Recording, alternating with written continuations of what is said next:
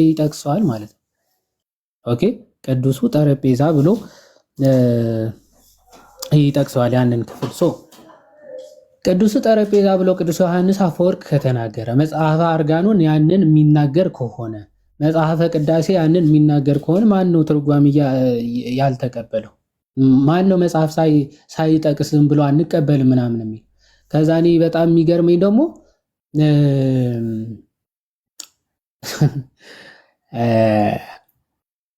እዛ ያለ ስብከተ ወንጌል ማለት የሚሰበክበት ደብር ስብከተ ወንጌሉ እንደዚህ አይነት የስህተት ትምህርት ተላልፏል ተብሎ ከተነገረ በኋላ ጭራሽ ማስረጃ ሳይጠቀስ ደግሞ ሌላ የኑፋቄ ትምህርት ያዘለ ትምህርት ሲተላለፍ እንደ ማንም ሃይ ሚል እንደሌለ የምትመለከቱ ማለት እዛ ክፍል ላይ ስፔሲፊካሊ አሉ። ግን መቆጣጠር መቻል የደብሩ ስብከተ ወንጌል ኃላፊነት ነው የሚሆነው። እንደዚህ አይነት ትምህርቶች ሲተላለፉ አሉ። ኦፍ ኮርስ እሱም አለበት መሰለኝ፣ ግን ሌላ ነው ስብከተ ወንጌል ኃላፊው አይ ቲንክ ሌላ ነው። ሶ እነዛ መቆጣጠር መቻል አለባቸው።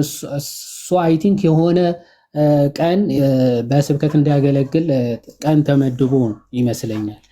እስካሁን የስብከተ ወንጌል ኃላፊነቱ የተቀበለ አይመስለኝም። ዋቴቨር ከሆነ ደግሞ በጣም ከባድ ነው የሚሆነው እና በቃ ዝም ብለህ እንዳሻ ትወጣለህ። ህዝብ የሚሰማ ህዝብ አለ። ፕላስ ደግሞ አሁን ሚዲያ ላይ ጭራሽ እየተለቀቀ ነው ማለት ነው። ትምህርቱ ሚዲያ ላይ ነው እየተላለፈ ያለው። ሶ ለሚሰማው ህዝብ ፕላስ ደግሞ ለመናፍቃን ጭራሽ ሌላ ግብአት የሆነ ትምህርቶች ናቸው እየተላለፉ ያሉ። እንግዲህ እኔ በቅድስት ሥላሴም አስተምሯል ተባለ።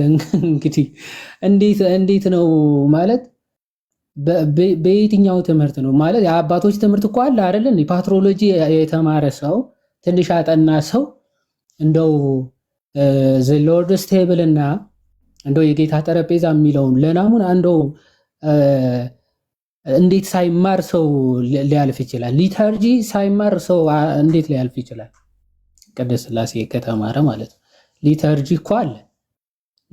ሊተርጂ ክላስ ውስጥ እንግዲህ አንድን ትምህርት እኮ አለ። እንዴት ነው ራሱ እንደዚህ ሊሆን የቻለው?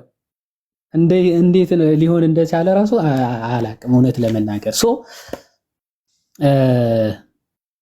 የአባቶችን ትንሽ ያነበበ ስፔሻሊ ደግሞ ኦርቶዶክሳዊ የሆነ ሰው የብሉይና የሐዲስ ኪዳንን ታቦት ልዩነታቸውን ካላወቀ በጣም ችግር ነው። በተለይ እንደዚህ አይነት ደረጃ ላይ ያለ ሰው የብሉይ ኪዳን ታቦትን እስቲ እዚህ ቦታዎች አሉ ተብሎ ተጠቅሶ እኮ ራሱ አያውቅም። አባ ጎርጎሪዮስ ሊቀ ጳጳስ ዘሸዋ እሳቸው እኮ በዚያን ጊዜ እንግዲህ የሚደንቅ መጽሐፍ ጽፏል። እሱን ያነበበ ሰው ራሱ እንኳን የሁለቱም ልዩነት እኮ በሚገባ ጠንቅቆ ያውቀዋል። የቤተ ክርስቲያናችን የሥርዓተ አምልኮ መጽሐፍ ራሱ ያነበበ ሰው እኮ የሐዲስ ኪዳን ኦፍ ኮርስ እኛ ስሙን ምሳሌውን ወሰድን ማለት ምሳሌውን ከዛ ወሰድን ይላል እንጂ ፈጽሞ የሐዲሱና የብሉይ ኪዳኑ ታቦት አንድ አይደለም እኮ። በምን ራሱ ነው አንድ ሊሆን የሚችለው? በምንድን ነው አንድ ሊሆን የሚችለው? በአሰራሩ ነው? በቅርጹ ነው? በጽሁፎቹ ነው? በሚጻፈው ጽሁፍ ነው? በሚሰዋው መስዋዕቱ ነው? በምንድን ነው አንድ ሊሆን የሚችለው? ጭራሽ የሚያገናኛቸው ነገር ራሱ እኮ የለም። በምንም የሚያገናኛቸው ነገር ራሱ ይሄ ነው። መስዋዕቱ ነው ቢባል የብሉይና ሐዲሱ ጭራሽ የማይገናኝ መስዋዕት ነው። ሊቀ ካህናቱ ነው ቢባል ጭራሽ የማይገናኝ ነው። አሰራሩ ነው ቢባል ጭራሽ የማይገናኝ ነው። አሰራሩ ጭራሽ የማይገናኝ የሚሰራበት ማቴሪያልም ጭምር የማይገናኝ ነው። የማይገናኝ ማለት ስለዚህ በጣም እኔ እንጃ እንደው እዚህ በተለይ መድረክ ላይ የሚሰጡ ትምህርቶች በጣም ጥንቃቄ የሚፈልጉ ናቸው። ከዛ በጣም እንደው አሁን ስሰማው ደግሞ የገረመኝ ጭራሽ አንደኛ ቆሮንቶስ ምዕራፍ 10 ከቁጥር 16 ጀምሮ ያለውን ሐሳብ እንደው ለዝክር ነው ሲባል ይሄ እኮ በጣም ማዕት የሚያስመጣ ንግግር ራሱ እኮ የሚባል ነው። የምር እውነት ለመናገር ማዕት የሚያስመጣ ነው። ምንድነው የሚለው? የምር ካለ እስኪ እንስማው። አንተ ከሆነ እሱ ከሆነ እስኪ አንድ ያሰማን። እውነት ለመናገር እንደዛ ተብሎ ከሆነ ቆይ አንዴ ቦታውን ልፈልገው። ምን ላይ ነበር አንተ ሐሳብ? የአንደኛው ቆሮንቶሱ ለዝክር ነው ለማህበር ነው የተባለው። እሱን እየፈለኩት ነው። ቆይ አንዴ እሱን እንትን እያልኩት ነው። ጨርስና ሳገኝ እነግርሃለሁ። እሺ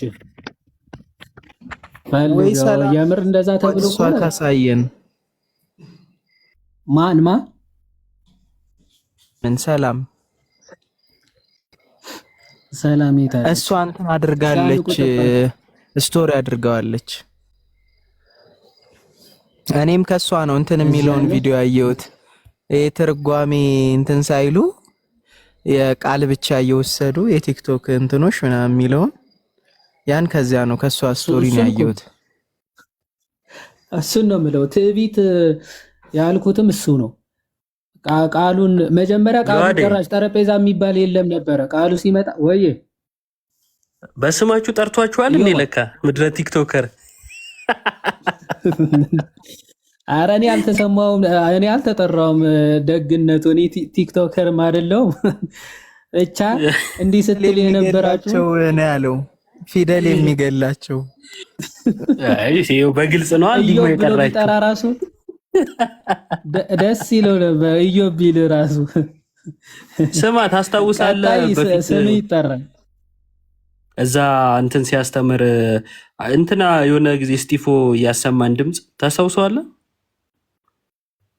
ቴዎሎጂ ሲያስተምር የትኛው ነበር? ኧረ ሰዎች የአብ ወልድ የመንፈስ ቅዱስ ስም ኢየሱስ የሚለው ማለት ነው። የአብ ወልድ የመንፈስ ቅዱስ ስም ኢየሱስ ብሎ እንትን ሲያስተምር፣ ኧረ አንትሽ ቆይ ፊቸሪንግ አትግባባክ። አንትሽ ምንድነው እሱ ማታስወራን? ድንገት ሳሳልፈው ታውቃለህ?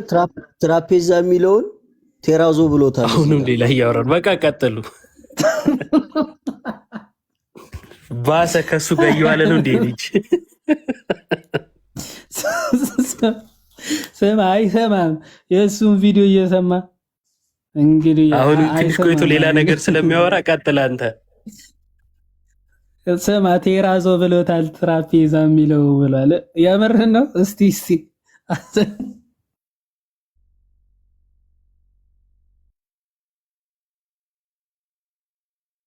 ምን የት አለ? ራስን እንደ ያልከው አንድ ቀጥሉ ጋይስ። ወደፊት በደንብ ስላሳለፍኩትኝ ወደኋላ መመለስ አሁን አልችልም። አውራ ቆይ። እሺ ኤኒዌይ ልጠቅልለውና በአጭሩ እውነት ለመናገር የሆነ ጽዋ ስለተባለ የጽዋ ማህበር ነው እያለ የሚተረጉ ሊቀ ሊቃውንት እየተባለ የሚጠራ ከሆነ በጣም አደጋ ላይ ነን። እውነት ለመናገር እሺ፣ ጽዋ ባየ ቁጥር ጽዋ ማህበር ነው የሚል ሊቀ ሊቃውንት በጣም ከባድ ነው። ይህን ጽዋ አንስቶ ሲል ማቴዎስ ወንጌል ራሱ ቢጠቀስለት ይህን ሰው ነገም ጽዋ ማህበር ነው ከማለት አይመለስም። በጣም ከባድ ነው።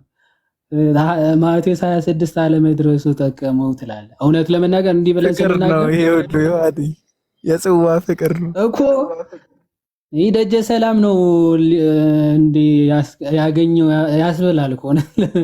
እንዲህ እንትን ማለት አይደለም፣ ማናነቅ አይደለም። ግን ሰው በጣም ትዕቢቱ ከተወጠረና እንደው እኔ አባ ገብረ ኪዳን ሊቀ ሊቃውንት ናቸው። ትህትናቸው፣ ለመማር ያላቸው ፍቅር እና ለክርስቶስ ያላቸው ፍቅር ስትመለከት በጣም ያስደንቃል። እውነት ለመናገር የሚያስገርም። እንደነዚህ አይነት ሰዎች ደግሞ ማለት ትናንት ሊቀ ጳጳስ ፓትርያርክ የሚያክሉ ታላቅ አባት ምንም ይሳሳቱ ምንም ያጥፉ በእንደዛ ከፍ ዝቅ እያረገ ሲሳደብ የነበረ ሰው ገና ለገና ማይክ ሲጨብጥ መሳት ጀምራል ተሳስተሃል ሲባል እንዲህ ቃሉ የማይቀበሉ እንዲህ ትርጓሜ ያልገባቸው ምናምን ብለህ ለመሳደብ መጀመሪያ አንድ ፊደል ሳታነብ እንዲህ ያልገባቸው እንዲህ ብለህ የቲክቶክ ጎረምሶች ምናምን ያልክ ለመሳደብ መሞከር በጣም ነውር ነው። እውነት ለመናገር ጽዋ እና ጽዋ ማህበር ሳንለይ እንደዚህ አይነት ትችት ውስጥ መግባት በጣም ሼም በጣም ነውር ነው። እውነት ለመናገር ማለት ነው። ሶ የምር እንደዛ ብሎ ከሆነ የምርም የአንደኛ ቆሮንቶስ ምዕራፍ 10 ከቁጥር 21 አካባቢ ያለውን ሐሳብ የጽዋ ማህበር ነው ብሎ ከሆነ አገኘው እስቲ አገኝቶታል። እሺ እንስማ። አይ እሱን ሳይሆን አሁን ያገኘሁት አባ ጊዮርጊስ ላይም መነፈቀበት ሰውየው ጠረጴዛ ያለው ታቦቱን አይደለም አለ የአባ ጊዮርጊስን አርጋኖንን ማለት ነው። ይሰማችኋል ድምጼ? አንተ ይሰማል? እሺ ከፈተው አንተሽ። እሺ ልከፍተው ነው በቃ መስማታችሁ ነው ዋናው። ታላቁ የቤተ ክርስቲያናችን የሃይማኖት አባት ሊቅ ኢትዮጵያዊው ቄርሎስ የሚባለው አባ ጊዮርጊስ ዘጋስጫ የተናገራቸውን በመጽሐፈ ምስጢር ላይ የተናገራቸውን ጥያቄዎች የጠየቁን ሰዎች አሉ። እሱን ደግሞ እንዲህ ይላለው። ነአምን ከመ ፍጹም ሥጋሁ ወደሙ ለክርስቶስ ህብስተ ቁርባን ወደመ ወይን ዘዲበ ጠረጴዛ ዘይትቄደስ በዲቤሁ በከመ ይቤ እግዚእነ በእንተ ሐዋርያቲሁ ወቦሙ አነ እቄድስ ርእስየ። በክርስቶስ የክርስቶስን ፍጹም ሥጋና ፍጹም ደም እንደሆነ ያ ዘዲበ ጠረጴዛ ዘይትቄደስ በመጀመሪያው አሁን እዚህ ላይ አባ ዘጊዮርጊስ ዘጋስጫ እየተናገረ ያለው የመናገሪያው ዋናው መሰረቱ የዮሐንስ ወንጌል ምዕራፍ 6 ላይ የተጠቀሱ ክርስቶስ ከሰማይ የወረድኩ እንጀራ ነኝ ከሰማይ የወረድኩ መና ነኝ ሲል ሥጋዬን ብሉ ደሜን ጠጡ የዘላለም ሕይወት ትወርሳላችሁ ሲል ፈሪሳውያን ይሄ የምናውቀው ሰውዬ የዮሴፍ ልጅ አይደለም ወይ? እንዴት ከሰማይ ወርጃለሁ ይለናል? እንዴት ሥጋዬንስ ብሉ ይለናል? እንዴት ደሜንስ ጠጡ ይለናል? እኛን እንዴት ቢያስበን ነው የሰው ሥጋ የምንበላው የሰው ሥጋ የምንጠጣው ብለው ጥያቄ ያነሱ በአባ ጊዮርጊስ ዘጋስጫ ዘመንም የተነሱ የእነሱንም ጥያቄ አንስቶ መልስ ሲሰጥ ያነሳው ነው። ይህንን ያሉበት ምክንያት እነሱ ያሉበት ምክንያት ታሪኩን እየተከታተሉ ስለሆነ ነው። የኢየሱስ ክርስቶስን አገልግሎት የሚከታተሉ ጸሐፍት ፈሪሳውያን የክርስቶስን ሥጋና ደም አናምንበትም አሉ። እሱ ሲመልስላቸው ዘዲበ ጠረጴዛ አለ። ይሄ ማለት ታቦት እያለ አይደለም። ይሄ ማለት በመጀመሪያው ስርዓት በመጀመሪያው ጊዜ በነበረው ስርዓት ኢየሱስ ክርስቶስ ለደቀ መዛሙርቱ ይሄ ሥጋዬ ነው ብሉ ይሄ ደሜ ነው ጠጡ ባለበት ጠረጴዛ ላይ የነበረው ስርዓት ያዛ ጠረጴዛ ላይ የነበረው ህብስት የነበረው ወይን ሥጋ መለኮት ደመ መለኮት ይሆናል።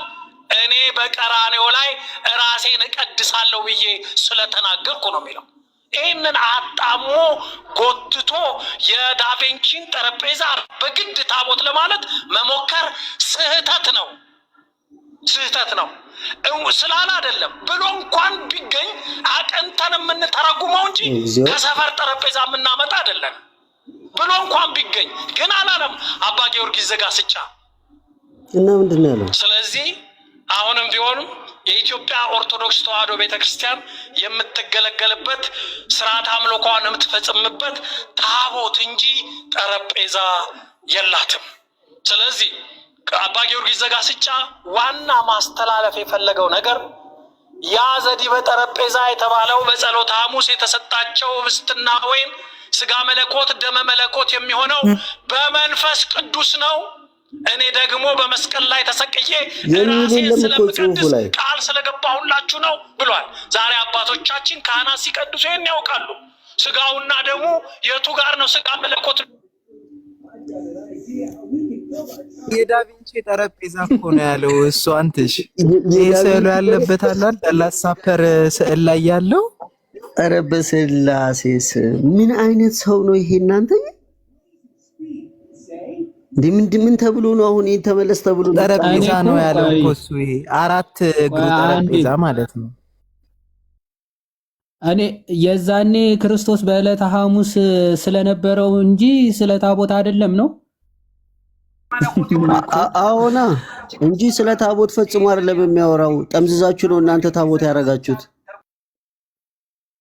ኧረ ጌታ ሆይ እኔ እንትን ከመጀመሪያ እንትኑ ጀምራ ራሱ ገዙ ሲያነበው ጀምራ ያለውን ሐሳብ እሺ ልመልሰውና አሰማንና ከዛ በኋላ እንትን ባይዘው ለምንድን ነው ቅድሚያ ገዙ በዲበ ጠረጴዛ የሚለውን መተርጎም ያልፈለገው? በዚህ ጠረጴዛ የሚለውን ለምንድን ነው መተርጎም ያልፈለገው ነው ጥያቄያችን ራሱ። አባ ዘጊዮርጊስ ዘጋስጫ እየተናገረ ያለው አንዴ ልመልሰው አንዴ ቆይ አባ ዘጊዮርጊስ የሚባል የለም ሲጀምር ጊዮርጊስ ዘጋስ አረ ወይ ዘጊዮርጊስ አታሳፍሩኝ። ቆይ አንዴ መስቀሉ ነው። ለዚህ ነው ቅዱሳን የዕብራውያን ትርጉም ደግሞ ትጠላለህ ናቲ። ወበእንተ ኪዳኑ ጠረጴዛ ማርያምን ወደ ሰማይ ገባ የሚለው ትርጉም በቃ ትጠላለህ። ታላቁ የቤተ ክርስቲያናችን የሃይማኖት አባት ሊቅ ኢትዮጵያዊው ቄርሎስ የሚባለው አባ ጊዮርጊስ ዘጋስጫ የተናገራቸውን በመጽሐፈ ምስጢር ላይ የተናገራቸውን ጥያቄዎች የጠየቁን ሰዎች አሉ። እሱን ደግሞ እንዲህ እላለሁ። ነአምን ከመ ፍጹም ሥጋሁ ወደሙ ለክርስቶስ ህብስተ ቁርባን ወደመ ወይን ዘዲበ ጠረጴዛ ዘይትቄደስ በዲቤሁ በከመ ይቤ እግዚእነ በእንተ ሐዋርያቲሁ ወቦሙ አነ እቄድስ ርእስየ። በክርስቶስ የክርስቶስን ፍጹም ሥጋና ፍጹም ደም እንደሆነ ያ ዘዲበ ጠረጴዛ ዘይትቄደስ በመጀመሪያው አሁን እዚህ ላይ አባ ዘጊዮርጊስ ዘጋስጫ እየተናገረ ያለው የመናገሪያው ዋናው መሰረቱ የዮሐንስ ወንጌል ምዕራፍ 6 ላይ የተጠቀሱ ክርስቶስ ከሰማይ የወረድኩ እንጀራ ነኝ ከሰማይ የወረድኩ መና ነኝ ሲል ሥጋዬን ብሉ ደሜን ጠጡ የዘላለም ሕይወት ትወርሳላችሁ ሲል ፈሪሳውያን ይሄ የምናውቀው ሰውዬ የዮሴፍ ልጅ አይደለም ወይ? እንዴት ከሰማይ ወርጃለሁ ይለናል? እንዴት ሥጋዬንስ ብሉ ይለናል? እንዴት ደሜንስ ጠጡ ይለናል? እኛን እንዴት ቢያስበን ነው የሰው ሥጋ የምንበላው የሰው ሥጋ የምንጠጣው ብለው ጥያቄ ያነሱ በአባ ጊዮርጊስ ዘጋስጫ ዘመንም የተነሱ የነሱንም ጥያቄ አንስቶ መልስ ሲሰጥ ያነሳው ነው። ይህንን ያሉበት ምክንያት እነሱ ያሉበት ምክንያት ታሪኩን እየተከታተሉ ስለሆነ ነው። የኢየሱስ ክርስቶስን አገልግሎት የሚከታተሉ ጸሐፍት ፈሪሳውያን የክርስቶስን ሥጋና ደም አናምንበትም አሉ። እሱ ሲመልስላቸው ዘዲበ ጠረጴዛ አለ። ይሄ ማለት ታቦት እያለ አይደለም። ይሄ ማለት በመጀመሪያው ስርዓት በመጀመሪያው ጊዜ በነበረው ስርዓት ኢየሱስ ክርስቶስ ለደቀ መዛሙርቱ ይሄ ሥጋዬ ነው ብሉ ይሄ ደሜ ነው ጠጡ ባለበት ጠረጴዛ ላይ የነበረው ስርዓት ያዛ ጠረጴዛ ላይ የነበረው ህብስት የነበረው ወይን ሥጋ መለኮት ደመ መለኮት ይሆናል። እኔ በቀራንዮ ላይ ራሴን እቀድሳለሁ ብዬ ስለተናገርኩ ነው የሚለው። ይህንን አጣሞ ጎትቶ የዳቬንቺን ጠረጴዛ በግድ ታቦት ለማለት መሞከር ስህተት ነው። ስህተት ነው ስላል አይደለም ብሎ እንኳን ቢገኝ አቅንተን የምንተረጉመው እንጂ ከሰፈር ጠረጴዛ የምናመጣ አይደለም ብሎ እንኳን ቢገኝ ግን አላለም አባ ጊዮርጊስ ዘጋስጫ። ስለዚህ አሁንም ቢሆን የኢትዮጵያ ኦርቶዶክስ ተዋሕዶ ቤተክርስቲያን የምትገለገልበት ስርዓት አምልኮዋን የምትፈጽምበት ታቦት እንጂ ጠረጴዛ የላትም። ስለዚህ አባ ጊዮርጊስ ዘጋስጫ ዋና ማስተላለፍ የፈለገው ነገር ያ ዘዲበ ጠረጴዛ የተባለው በጸሎተ ሐሙስ የተሰጣቸው ህብስትና ወይን ሥጋ መለኮት ደመ መለኮት የሚሆነው በመንፈስ ቅዱስ ነው። እኔ ደግሞ በመስቀል ላይ ተሰቅዬ ራሴን ስለምቀድስ ቃል ስለገባሁላችሁ ነው ብሏል። ዛሬ አባቶቻችን ካህናት ሲቀድሱ ይህን ያውቃሉ። ሥጋውና ደሙ የቱ ጋር ነው? ሥጋ መለኮት እዚች ጋር ተቋርጧል። ድምጽ ተነፋንፏል። እንኳንም ተነፋነፈ። በስመ አብ ወወልድ ወመንፈስ ቅዱስ። አባ ዘጊዮርጊስ የሚባል አባት አለን። ደስ ብሎናል ስላገኘን አዲስ አባት። አረ ይጨምርልን ያብዛልን።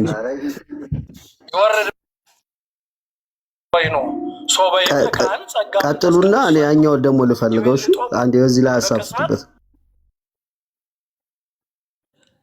እስቲ ያኛውን ፈልገውና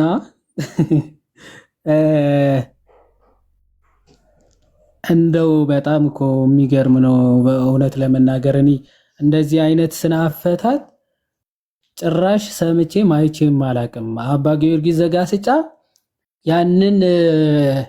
ያንን እንትኑ ወይም ደግሞ ክርስቶስ ያቀረበበትን በዛን ሰዓት የነበረውን ነው እንጂ እያሉ ያሉት ይሄኛው አሁን የምንጠቀመው ታቦቱን እሱን እያሉ አይደለም በጭራሽ።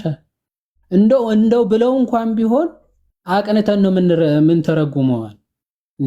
አሁን አባ ጊዮርጊስ ዘጋስጫ አጣመው ጽፈውት አንተ አቅንተህ ልተረጉ እኔ ይቅርታ አንተ ምንለው እንግዲህ ትረዱናላችሁ ብዬ አስባለሁ። እንግዲህ እንደዛ እንኳን ቢሉ እኛንን አቅንተን የምንረዳው አለ። ማን አንተ ማለት የምታቀነው እንዴ? ሲቀጥል ስርዓተ ቅዳሴ እኮ ባይዘው ያንን ጠረጴዛ ሳይሆን እንደው ቃል በቃል ያዕቆብ ዘስሩግ ቅዳሴ የአርጋኖንም ቀጥታ አመጣላችኋለሁ ምን እንደሚል።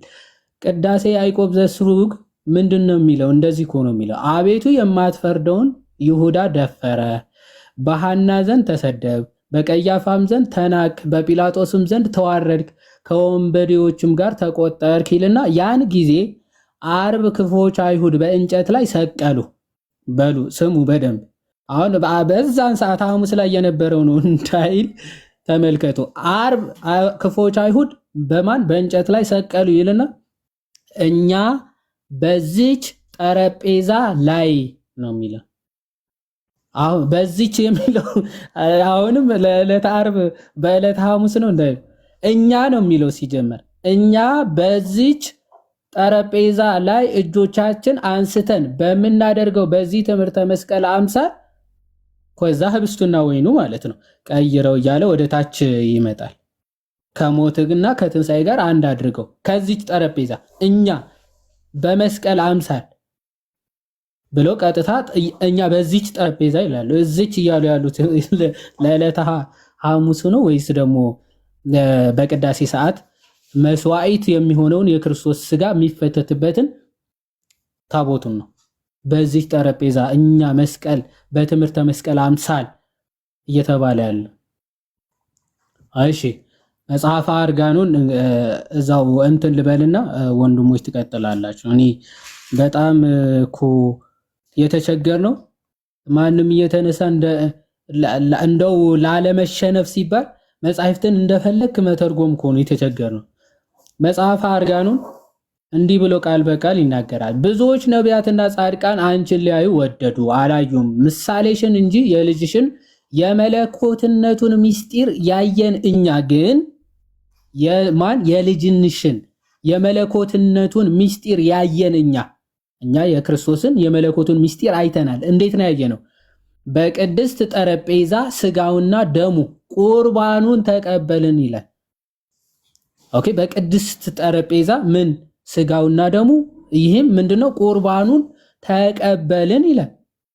ይሄ እዚህ በቅድስት ጠረጴዛ እያለ ያለው በዕለተ ሐሙስ ስላለው ጠረጴዛ ነው ወይስ ስለ ታቦቱ ነው እየተናገረ ያለው? ይሄው በዚች ቅድስት ጠረጴዛ የልጅሽን የመለኮትነቱን ምስጢር አየን ነው የሚለው። ያየነው ደግሞ የጌታችን የኢየሱስ ክርስቶስ ስጋውና ደሙን ይህም ቁርባኑን ተቀበልን እኮ ነው የሚለው። ቁርባን ቤት በጠረጴዛው ኦኬ። እዛው ለእስራኤል ቅዱስ ንጹሕ ምስጢር የሚሰራባት ቅድስት ጠረጴዛ ይላል። ምስጢር የሚሰራባት ቅድስት ጠረጴዛ የሚለው ታቦቱን ነው። የሐዲስ ኪዳን መስዋዕት መዓዛ የሚሰምርብሽ ንጽሕት ጠረጴዛ ይላል። የሐዲስ ኪዳን መስዋዕት የሚቀርብበት ጠረጴዛ የእሱ ምሳሌ ነች ድንግል ማርያም፣ የታቦት ምሳሌ ነች አይደል? የክርስቶስ ስጋና ደም የሚፈተትበት የዛ ቅዱስ ምስጢር የሚፈጸምበት የጠረጴዛው ምሳሌ ነሽ ይላታል ድንግል ማርያም። አሁን ድንግል ማርያም ንጽሕ ጠረጴዛ ስላላት በዚህ ሰው አነጋገር ድንግል ማርያም ማቃለል ነው። ኦኬ እዚህ እንደው ምንድነው ባናፍር ምንድነው ባናውቅ እንፈር ማለት አለማወቅ ኃጢአት አይደለም። ማፈር ግን በቃ ትልቅነት ነው። የማናውቀውን ነገር ዝም ማለት ትልቅነት ስለሆነ ማለት ነው። እና ይሄን ለማለት ነው። ቀጥሉ። እሺ እዚሁ ላይ እንዳላችሁ እቺ ልጨርስላችኋ አይሻልም? እንደዛ ነው የሚቀለው። አድምጧት። መስዋዕት የሚሰውበት ጠረጴዛ ተገልብጧል፣ ወጥቷል። ታቦቱ ግን ታቦተ ምጽዋ አልተነካም ወገኖቼ። ስለዚህ የአጋንንትን ጽዋ ከጌታ ጽዋ ጋር የጌታን ማዕድ ከአጋንንት ማዕድ ጋር አትደባልቁ የሚለው ከስጋው ደሙ ጋር አይገናኝም፣ ከታቦት ጋር አይገናኝም፣ ከስርዓተ ታቦት ጋር አይገናኝም። እሱ ሌላ ነው። ጠረጴዛ ብሎ ለመጥቀስ የሚያስችል አይደለም። ከእውቀት ማነስ የመጣ ጥያቄ ነው። እሺ እና እንግዲህ ሰዎች እና ሌላ ነው ምንድነው ታዲያ? ምንድነው? ቅድም ናቱ በደንብ አስደምጦት ነበር። እዚህ ጋር የተቆረጠ ፓርት አለውና ድንገት ዩቲዩብ ላይ ላይቭ ላይ እንዳለ የቆረጡት ነገር አለ ቪዲዮ እዚህ ጋር ከዚህ በፊት እና እዛ ላይ ሆናል የተናገረው። ናቱ ያ ድምጽ ካለ እስኪ በእናትህ የቅድሙ ክፈተው። እሱ ነው የበለጠ የሚያብራራው። ናቱ አሁን እንብላ። ያ ጽዋን አገኛት ሰው እኔ ጽዋው ላይ ነኝ። በቃ ይሄንን መብል ነው ያለው። አሁን የምበላውን ቆሮንቶስ ላይ ያለው ይሄኛው ጽዋ ነው። መንደር ለመንደር ያለውን ጽዋ ቴሌግራም ላይ እንትን ብለዋል እንዴ ናቱ?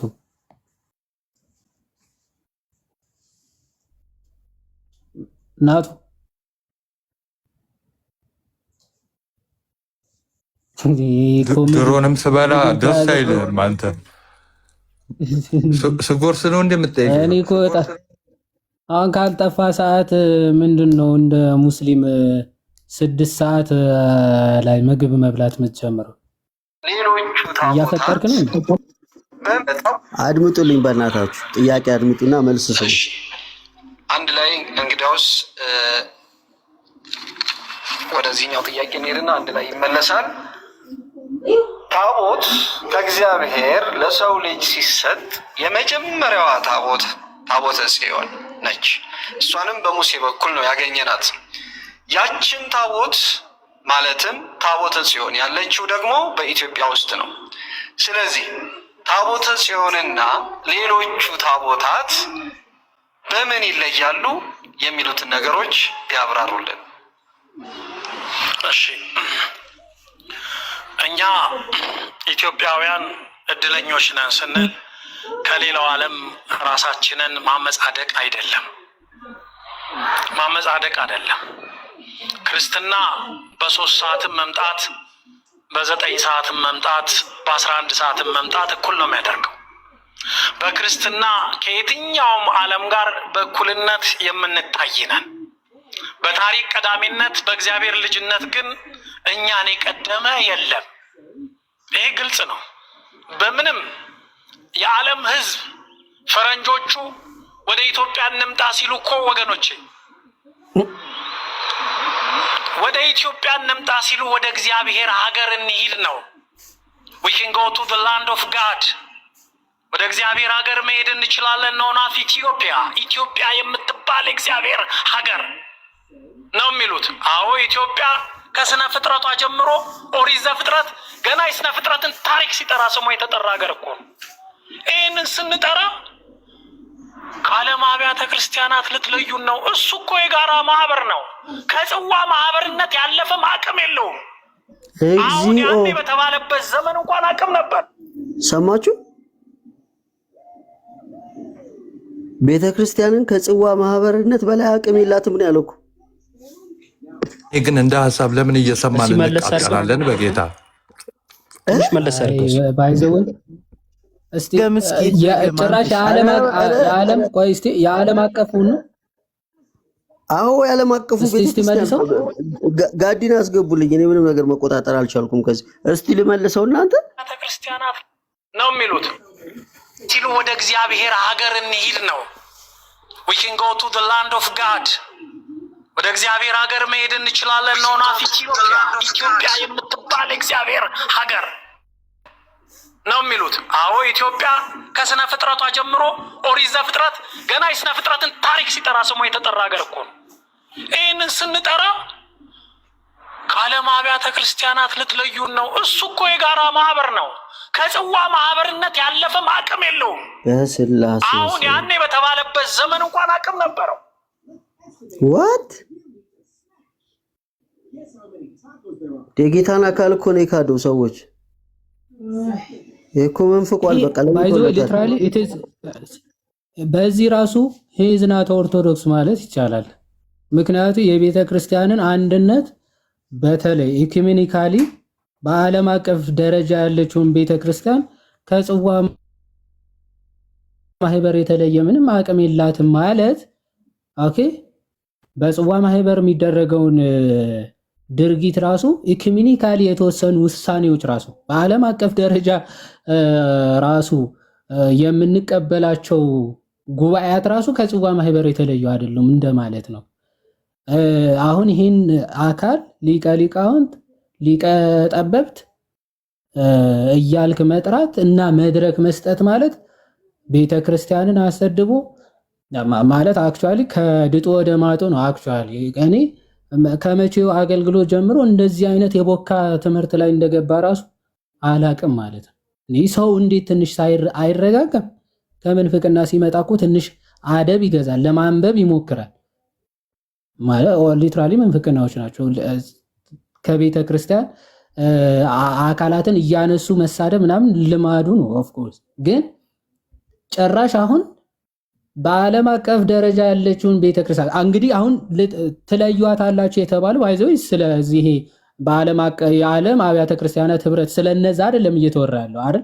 ስለ አምስቱ አሃት ወይም ስድስቱ አሃት አብያተ ክርስቲያናት ነው እየተወራ ያለው። ስለ ቤተክርስቲያን አንድነት ከተወራ ኢትዮጵያ ለብቻ እንደዚህ አይነት አስተምሮ አላት ከተባለ በትምህርት ደረጃ አንድ የሆነችው ከስድስቱ አሃት አብያተ ክርስቲያናት በዶግማ ደረጃ አንድ ቤተክርስቲያን ብለን የምንቀበለው እነዚህ ስድስቱ አሃት አብያተ ክርስቲያናት ናቸው። የነዚህ ሁሉ አንድነት ከጽዋ ማህበር ያልተለየ ነው ማለት ኢትዮጵያንም ጨምረ የኢትዮጵያ ቤተክርስቲያንም ህብረቱ ከጽዋ ማህበር ያልተለየ ነው እንደማለት። ታዲያ ይህን ሰው አሁን ለዛውም በቦሌ ትልቅ ካቴድራል የትምህርት መድረክ መስጠት ማለት እኔ እንጃ ከባድ ነው። ጸሎት ሃይማኖትን የካደው ይሄ ኢትዮጵያ ዓለም ብርሃን ወንጌል እኮ ይሄ ነው። በቃ መጨረሻ ይሄ ነው። እነሱ ኢትዮጵያ ናሽናሊስት ናቸው። ከዛ ደግሞ ቤተክርስቲያንንና ይሄ ኢትዮጵያዊ ናሽናሊዝምን አዛንቀው አንድ ላይ አድርገው ነው በጣም ሲንተሳይዝ አድርገው ነው የሚመለከቱት። ፒውርሊ የዓለም ብርሃን ወንጌልን ነው አሁን የተናገረው ሰውየው። ፒውርሊ ምንም እንትን የለውም። ምክንያቱም ላይክ ቤተክርስቲያንን እንግዲህ ከጽዋ ማህበር ጋር ያልተሻለች ናት ብሎ የሚናገር ከሆነ ኦብቪየስሊ ከዚህ በላይ ወንጌልን መካድ የለም፣ ወንጀል ነው ይሄ። ዓለም ብርሃን ማለት እኮ በጣም እኮ ጨዋታ የሆነ ግሩፕ እኮ ነው። ታስታውሳላችሁ? የሆነ ጊዜ ስለ እንትን ሲለቀቅ ወደ አራት ሰዓት ምናምን ቮይስ ነው የሚለቀቀው ማለት ነው። የተወሰነ ተከታትያቸው ነበር የዓለም ብርሃን የሚባሉት እና መልእክት ተቀብዬ የመጣው ያላቸው ሰው ያላቸው ለሆነ ደቂቃ ነው፣ ለሆነች ሰዓት አክሱም ጽዮን ሄጄ ያገኘሁት አይነት ነገር አላቸው። ማንን? ንጉሱን፣ የሚመጣውን ቴዎድሮስን። ከዛን እሱ ግን ለረጅም ጊዜ 4 ሰዓት ያወራባቸዋል። እንዲህ ብሎኝ በኋላ ሲጣራ እኔው ነኝ አላቸው ማለት ነው። ከዛ ምን ብለው መጡ?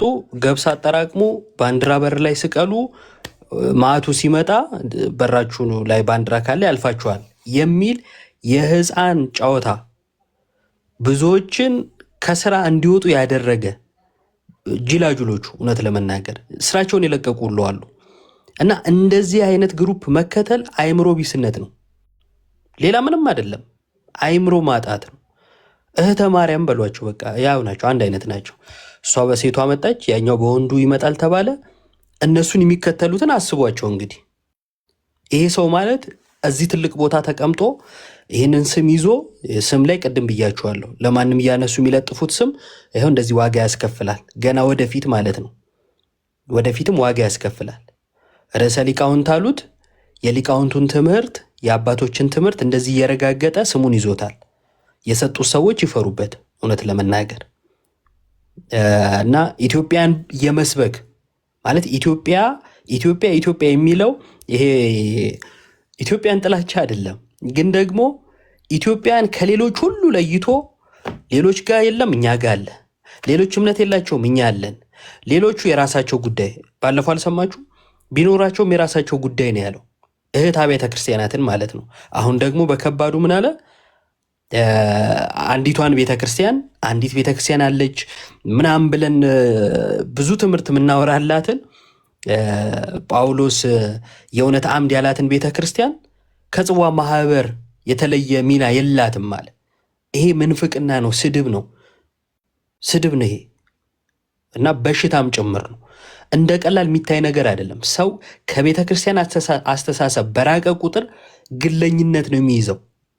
ፕሮቴስታንት ውስጥ የምናየው ማለት ነው። ቤተ ክርስቲያን የሚለውን መቀበል አይፈልጉም። እንደፈለክ ተርጉም፣ እንደፈለክ ተረዳ፣ አንተ ያልከው የራስ መብት ነው፣ እንደፈለክ ማመን ትችላለህ፣ ዋናው እኔ ጴንጤ ነኝ በል አይነት አለ አይደለ? በቃ እንደዛ ነው የሚወስደው። ከቤተ ክርስቲያን ሰውን እየነጠለ ነው። ከዛን ሰው ደግሞ የሚነካው ያው ግልጹን ስናወራ ኢትዮጵያ ሲባልና ማርያም ሲባል ኦርቶዶክሳዊ የሚነካ ጎን አለው። ከዛስ ትምህርቱን ምኑን ርግጥ አድርጎ ትቶ ዝም ብሎ አይን ጨፍኖ መከተል ይመጣል ማለት ነው። ለዚህ ደግሞ ካሁኑ ምላሽ መሰጠት አለበት። ከላይ ያሉ አባቶች ኃይል ይሉት ይገባል። ይሄ ፍሬን የበጠሰ መኪና በሉት፣ በቃ ያገኘውን ነው የሚረግጠው። የምላስ ችግር ደግሞ የለበትም። እሱን በደንብ ተጠቅሞታል። የመጨረሻ ቴዎድሮስ ይመጣል ብሏል አይደለ? የሆነ ቀን ጠብቁት፣ ኦልሬዲ መጥቷል። አሁን ያለው ነው ብሎ እንደሚያርፈው ፖለቲካው እሱ ስለሆነ እሱስ እውነት ብለሃል። ይሄ ሀሳብ ስለተሰጠበት እዚህኛው ላይ ደግሞ ሀሳብ ትሰጡበታላችሁ። ስለ ታቦተ ጽዮን ነው የተጠየቀውና ታቦተ ጽዮን ያው ሳይንቲስቶቹ ይሄ ሳይካትሪስቶች ምናምን አሉ አይደለ? እንደ ዮጋ ምናምን የሚሰሩ ሰዎች እነሱ ተመስጠው ኢትዮጵያ ውስጥ እንዳላረጋግጠዋል ብሎ ቀጣይ ሊያወራ የሚፈልገውን ደግሞ አዳምጡት። አባቶቻችን ደግሞ በታሪክ ታቦተ ጽዮን ኢትዮጵያ ውስጥ አለች ብለውናል። ወይ አንዴ እሱን ከመጀመር በፊት ቅድም በመጽሐፈ ምስጢር ነው ያለው አባ ጊዮርጊስ ዘጋስጫ የተናገሩት። ምናልባት አምኖት ሹርስ ግን አርጋኖን ላይ ነው የሚሆነው እኮ እሱን የተጻፈው አይደል? አይ እኔ የመጽሐፈ ሰዓታቱን ነበር የማውቀው። መጽሐፈ ምስጢር ላይ ተናግረዋል እንዴ? እኔ የሰዓታቱን ነበር የማውቀው። አይ መጽሐፈ ምስጢር ምናምን መጽሐፈ ምስጢር ላይም አለ። ጠረጴዛ የሚለው ከሆነ ጠረጴዛ እሱ ያለውን እየፈለኩ ነበረ አላገኘሁትም። የትኛው ክፍል ላይ ነው ያለው? የአርብ ላይ ፖስት የአርብ እኮ ብዙ ነው ያለው። የትኛው የስንት ሰዓት መንበር ቁጥሩ ልንገርህ። ቆይ አይ ቲንክ ሲያነብ የሰዓታቱ ያነበበ መስሎኛል። ቃል በቃ ሲያነቡ የነበሩ እስቲ ዞሮ እንትን ፈልገውና ቀጥል። እሺ ሶሪ ችግር የለው እንሰማዋለን። እሱን ችግር የለው መልሼ እንትን እለዋለሁ፣ ቼክ አደርገዋለሁ። ይሄ እኮ እኛ የእግዚአብሔር ሰዎች መሆናችንን 51 ላይ ምን አልክ? 51 ላይ እሺ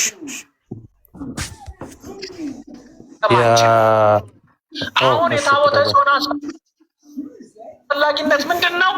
የታቦተ ጽዮን አስፈላጊነት እንደ አዲስ ኪዳን እንደሌላው እንደ መድኃኔዓለም እንደ ማርያም ታቦት የአዲስ ኪዳን ታቦት ነው። አሁን ታቦተ ጽዮን ከኛ ጋር አብሮ ወደ ክርስትና የመጣ ታቦት ነው።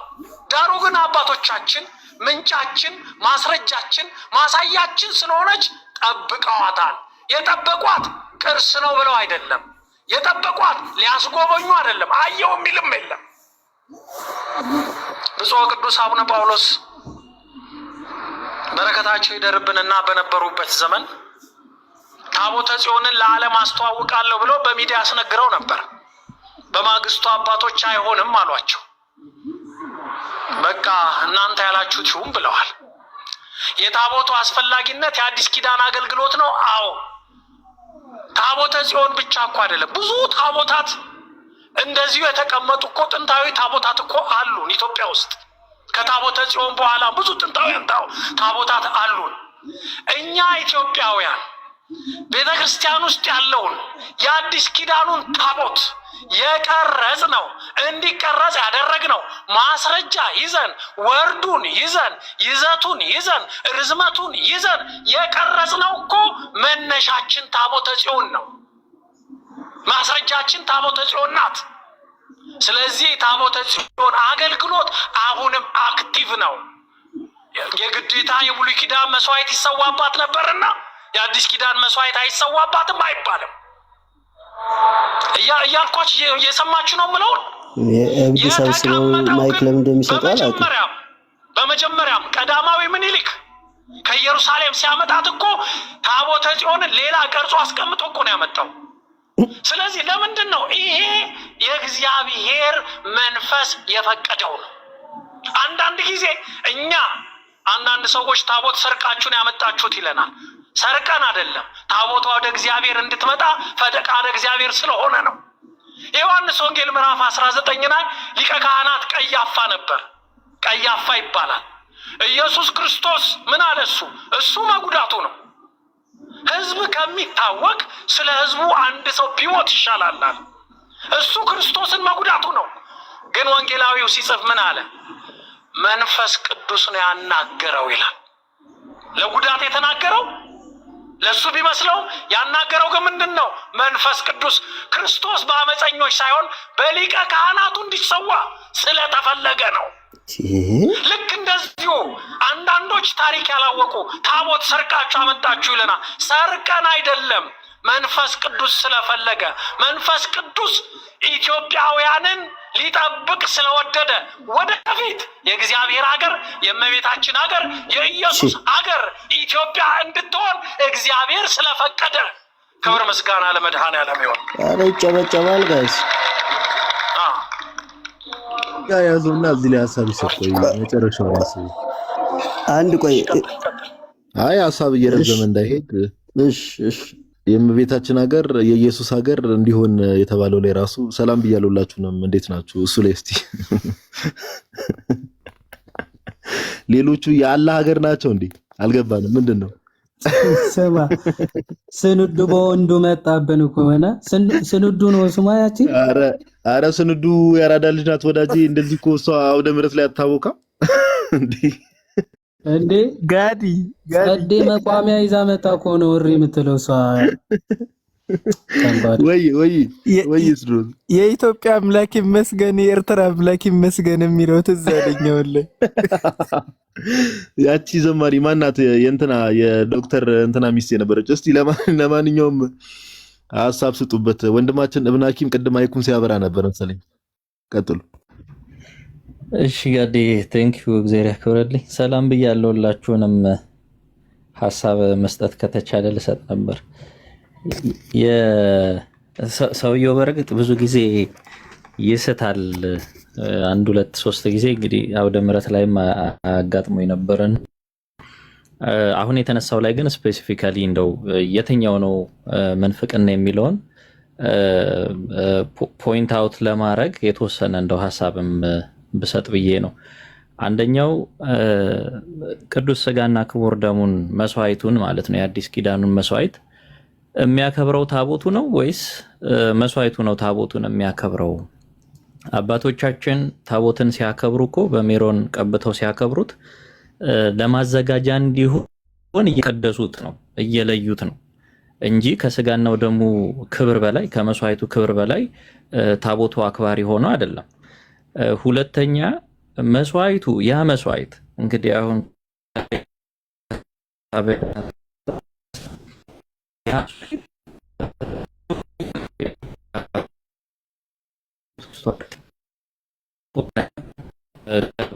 ግብጽ የሚሰጠው የለ የተለያየ ነው። ጭራሽ ሊሆን አይችልም። አሁን በታቦት ስለሆነና ስላልሆነ የሚል እንደው ትንሽ ሰነፍ የሚመስል ሀሳብ ውስጥ ገባ እንጂ ሰውየው ይቆራረጣል እንዴ? ምናልባት እሰማለሁ። አሁን ደህና ነው። ቀጥል። ኦኬ። በሀት አብያተ ክርስቲያናት መካከል የሚሰዋው መስዋዕት አንድ ከሆነ የሚከብረው አክባሪው መንፈስ ቅዱስ ራሱ ጌታ እግዚአብሔር ከሆነ ታቦቱ እንግዲህ ታቦት ነው። ጠረጴዛን በለው አልታርም በለው የተለየ የከበረ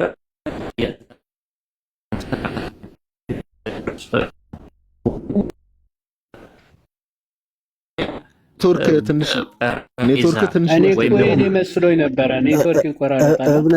በቃ ወይንም አስተካክልና ወደ ኋላ ሐሳብ ትሰጣለህ። ምንም በድምጽ በጣም ነው የሚቆራረጠው። እሺ ወዳጅ። ጥሩ። እሺ ቀጥሉ። ጋዲና ብሩኬ እንትን በሉና ቀጣይ ምንፍቅና ደግሞ አሰማችኋለሁ። እዛ አልኩኝ ታውቃለህ። ሐሳቡ ላይ እኔ እውነት ለማውራት ሰላም ብያለሁ በድጋሚ ሁላችሁንም። ቅድም ብለውታል እነ ዮባም እና ዮሐዴም ከገባውበት ሰዓት ጀምሮ የሰማሁት አይ ቲንክ ሁለቱ ናቸው ያወሩት መሰለኝ። እኔ አሁን ምን እውነት ለማውራት ሰው በዚህ ደረጃ ይሳሳታል የሚል እምነት የለኝም። እኔ ፐርሰናሊ ሰው በዚህ ደረጃ ይሳሳታል ሜቢ እንደተባለው አላቅም። ሌላ ኢንቴንሽን ያለው ሰው ኢንቴንሽናሊ የእህተ ማርያምን አይነት ሙድ ሁሉ ነገር የኢትዮጵያ ማድረግ ሁሉ ነገር እግዚአብሔር ከኢትዮጵያ ውጭ የሚያውቀው ሀገር የለም። ከኢትዮጵያ ውጭ ክርስትና የለም። ኢትዮጵያ ብቻ ናት የምትጸድቀው። እንደዚህ አይነት ማይንድ ሴት እና ትምህርት ያላቸው አይነት ሰዎች አሉ። እንደዚህ አይነት እምነት የሚመስል ያላቸው ሰዎች እና ይሄ ባይዘው እንደዚህ አይነት እምነት ያለው ሰው ካለ በሽታ ነው። ኦኬ እንደዚህ ቦስት ማድረግ ባይዘው ለማንም ጠቅሞም አያውቅም። ኢትዮጵያ የእግዚአብሔር ሀገር የሚለው ኢትዮጵያ ኦፍ ኮርስ የእግዚአብሔር ሀገር ናት፣ ግን ኢትዮጵያ ብቻ አይደለችም። በቃ ጥንቃቄ ይፈልጋል አንዳንዴ እና ቦስት ሲደረግ ራሱ እንዲ ታሪክ እኮ ስንመለከት ጋይስ የድሮ ኮንስታንቲኖፕልን እኮ ማንሳት ይቻላል። ፕሬዘንት ዴይ ተርኪን እኮ አሁን ዛሬ ቱርክ የምንላትን ሀገር ብንመለከታት እኮ ክርስትና ውስጥ ምን ያህል ታሪክ የነበራት ሂስትሪ የነበራት ሀገር ነው። ዛሬ ያለችበትን እንመለከታለን። እና ሰው በቅድስናና በጽድቅ ሕይወት እስካልተመላለሰ ድረስ በቃ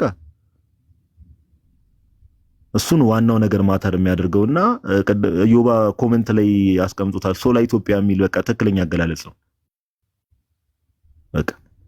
እና ይሄ አሁን ሀገርን ከመውደድም አይደለም እውነት ለማውራት ይሄ አሁን ሀገርን መውደድ እንደዚህ አይነት ሀገር መውደድ አይደለም። ዝም ብሎ ታሪኮችን እየፈበረኩ ዝም ብሎ ኢትዮጵያ ላይ የመለጠፍ ነገር ታሪክና ሀገርን የመውደድም ነገር አይደለም፣ ሌላ ነገር ነው። ይሄ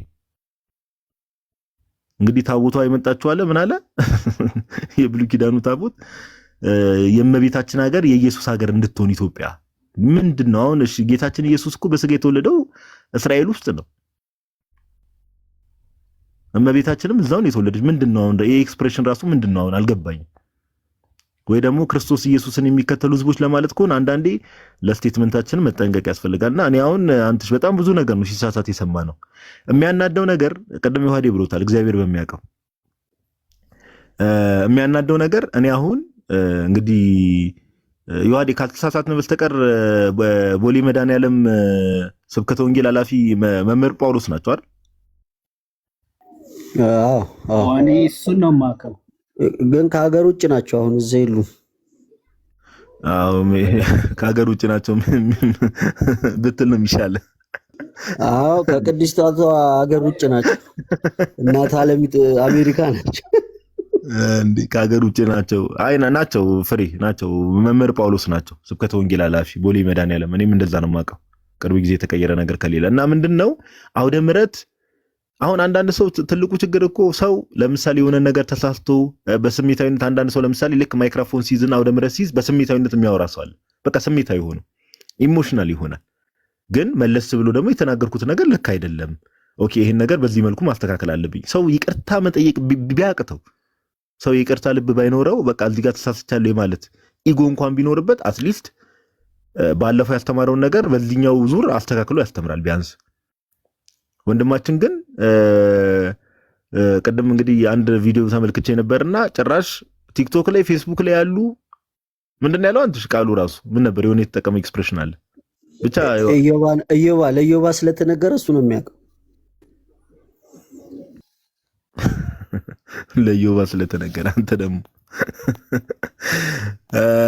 እና ብቻ ዞሮ ዞሮ ምንድነው ዕውቀት የሌላቸው ሰዎች ናቸው እነዚህ አይነት ነገር ከታቦቱ ጋር በተገናኘ እንግዲህ እዚህ ቲክቶክ ላይ ቪዲዮ የሰሩበትም ወንድሞች የጻፉ መምህሮችም መምህራንም ምናምን አሉ። ሁሉም ማስረጃ ጠቅሰው ነው እንደው ዝም ብሎ በስሜታዊነት የጻፈበትም ሰው ማስረጃ ጠቅሶ ኦኬ በቤተክርስቲያናችን ጠረጴዛ ተብሎ እንደሚጠራ ሌሎች አብያተ ክርስቲያናት ኢቭን ታቦት እያሉ አርክ እያሉ እንደሚጠሩት ይሄን ሁሉ ነገር ማስረጃ ቀርቦ ነውና ግን ዕውቀት የጎደላቸው እና አሁን እኔ ሰውየው ላይ የሚታየኝ ሁለት ነገር ነው ተባለው ወይ ኢንቴንሽናሊ ነው ይሄን ነገር አቴንሽን ሲከር የሆኑ ሰዎች የማያደርጉት ነገር የለም። አንዳንዴ እግዚአብሔርን ፈራ እግዚአብሔር የሚባል ነገር ስለሌለ አቴንሽን ሲከር የሆኑ ሰዎች በእግዚአብሔር አውደ ምሕረት ላይ ቆመው ራሱ እነሱ መነጋገሪያ መሆን ሲፈልጉ የማይሆን ነገር ይላሉ።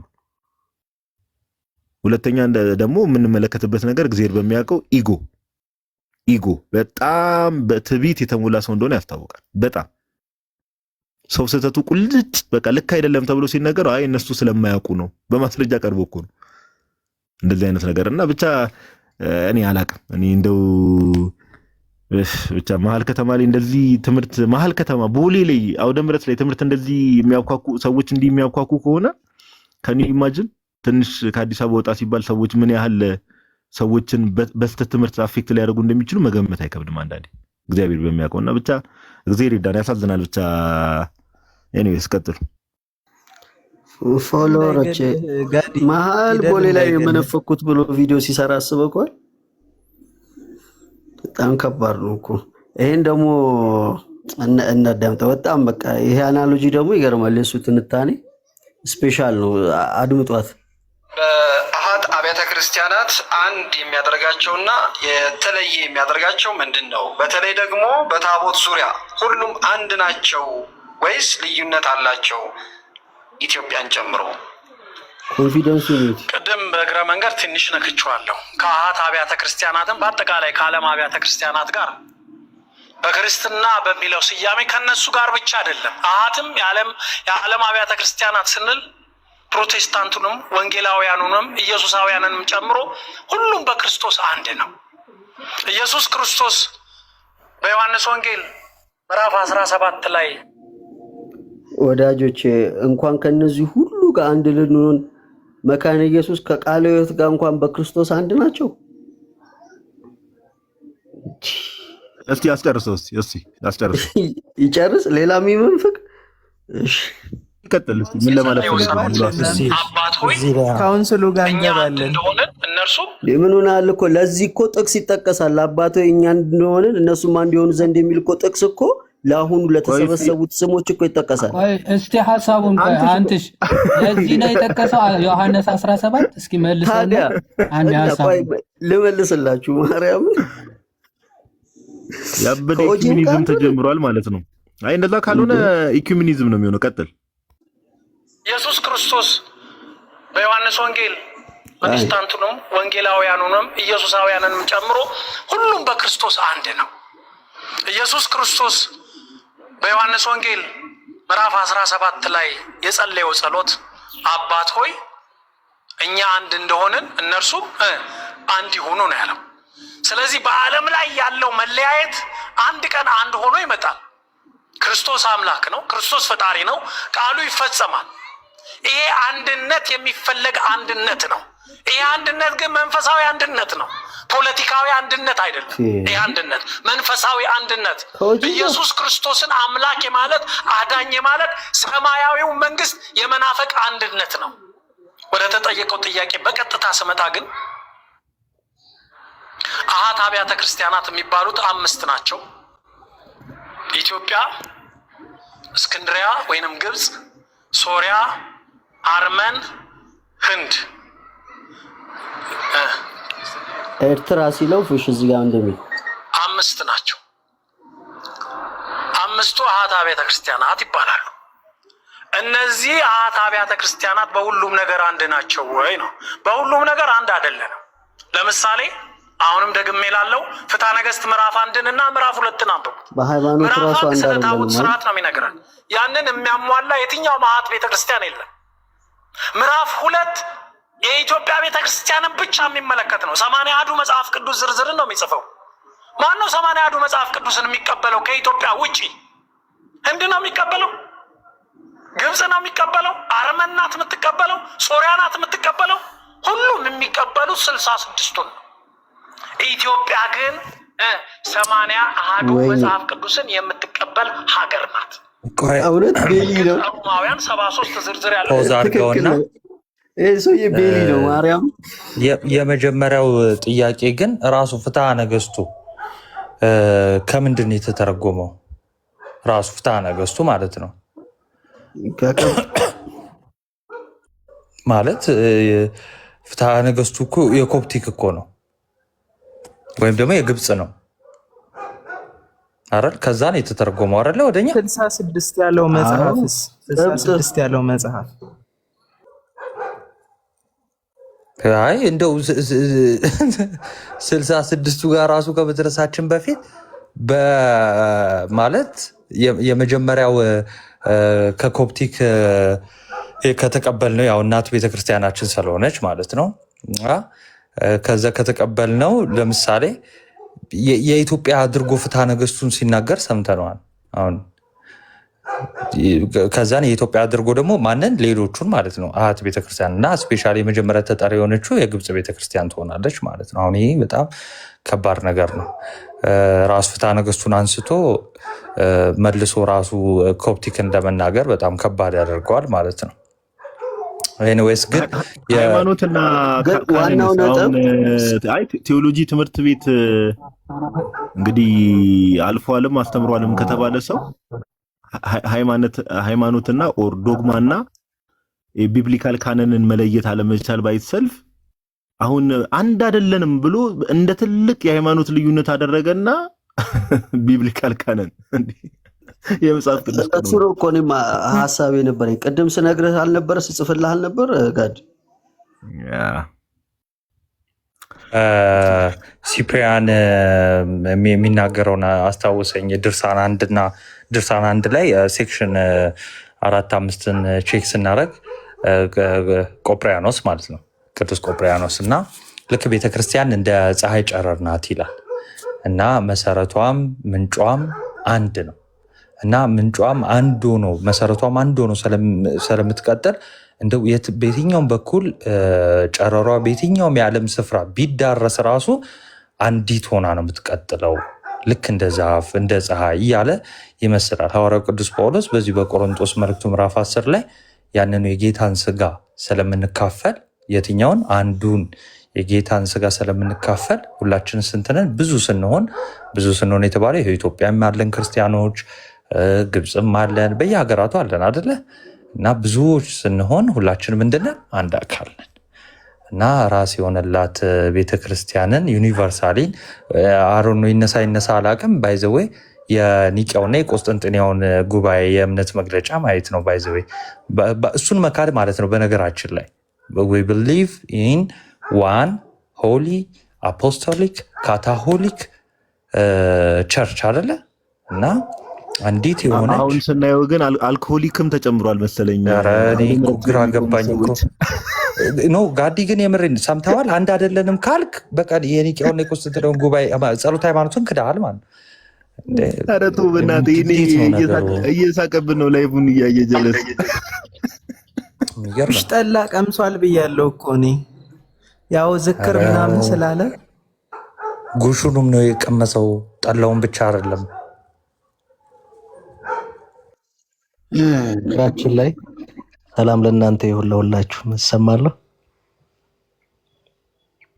አለን መምሬ ዲያቆን ቀጥሉ ይሰማል። ሰላም ለእናንተ ይሁን። ደህና ናችሁ?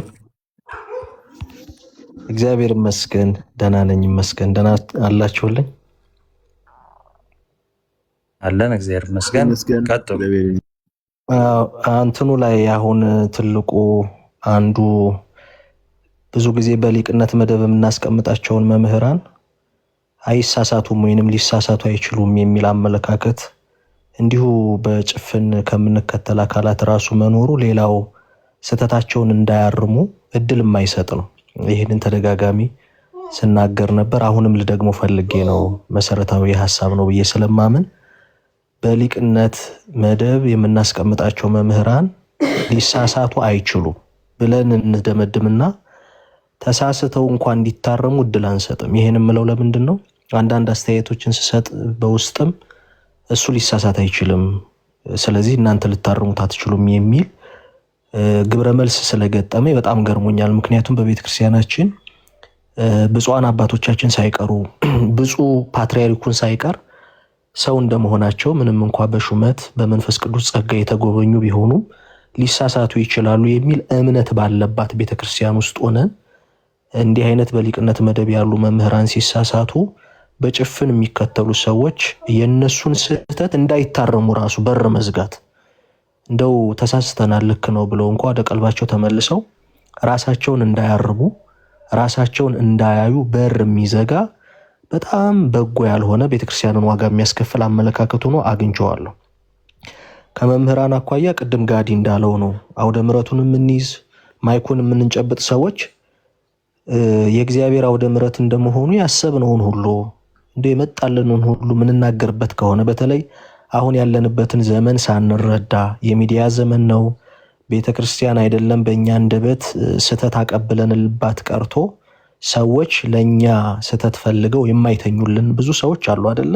በማትለው አለች ባላለችው አለች እያሉ ባልተናገረችው ተናገረች እያሉ ለስተታቸው ከቤተክርስቲያን ለመውጣታቸው ማጽደቂያ የሚፈልጉ ብዙ ሰዎች ያሉበት ሚዲያው ደግሞ እንዲህ አይነት ስተቶችን አጋልጦ የሚሰጥበት ስለሆነ በጣም ጥንቃቄ የሚፈልግ ነው። እንደ ጥቅል ግን ከመጨረሻው ቅድም ሲናገሩ ከነበረው መምህሩ አንዳንዴ እግዚአብሔርን የአጼ ዙፋን ላይ የማስቀመጥ እንደምታውቁት ነገስታት ዙፋናቸውም ህዝባቸውም ወሰናቸውም የተለየ ነው። ወሰን አለው ግዛታቸው። በእኛ ግን መዝሙረኛው ቅዱስ ዳዊት እንዳለው መለኮቱ በኩሉ በሐውርት በግዛቱ ስልጣኑ በሁሉ ስፍራ ያለ አምላክ ነው የምናመልከው። ስለዚህ እግዚአብሔርን የኢትዮጵያ ብቻ አድርጎ መሳል በራሱ አንድ ችግር ነው። ሁለተኛው ቤተክርስቲያንን የኢትዮጵያ ብቻ ማድረግ ኢትዮጵያን የቤተክርስቲያንን ብቻ ማድረግ ስህተት ነው፣ መታረም አለበት።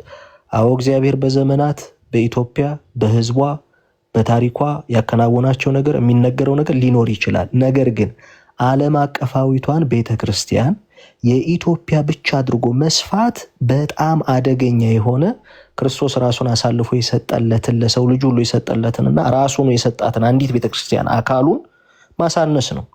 አንዲት አካል የምትሰኘዋ ቤተክርስቲያን ሚስቲካል የሆነ ሰፊ የሆነ ትርጓሜ ያላት ቤተክርስቲያንን እንዲህ አድርጎ በብሔር በሀገር በድንበር በወሰን ራሱ መወሰን በጣም አደገኛ የሆነ በአንዲቷ ቤተክርስቲያን ላይ የተቃጣ ስህተት ነው።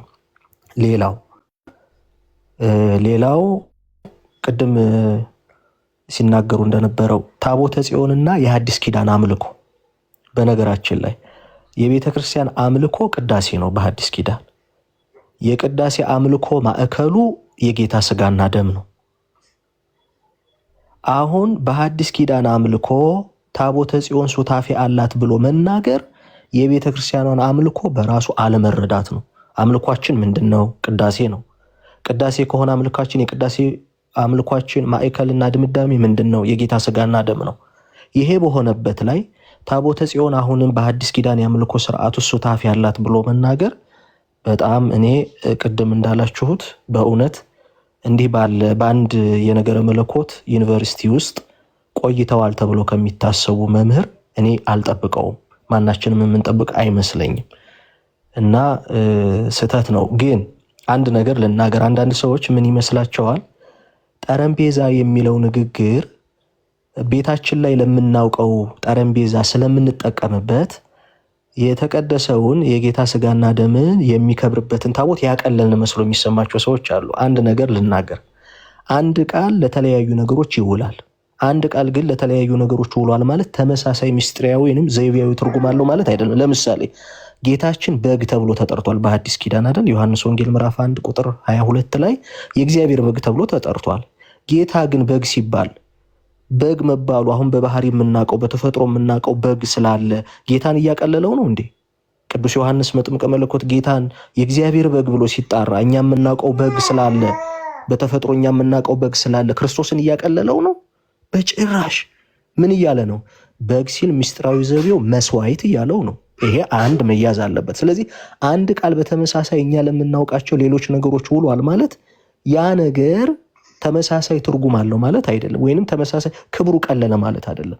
ተመሳሳይ ክርስቶስ ለምሳሌ ራሱን መቅደስ ብሎ ጠርቷል አይደል? ዮሐንስ ወንጌል ላይ ምዕራፍ 2 ላይ ይህን ቤተ መቅደስ አፍርሶት ብሎ ተናገረ።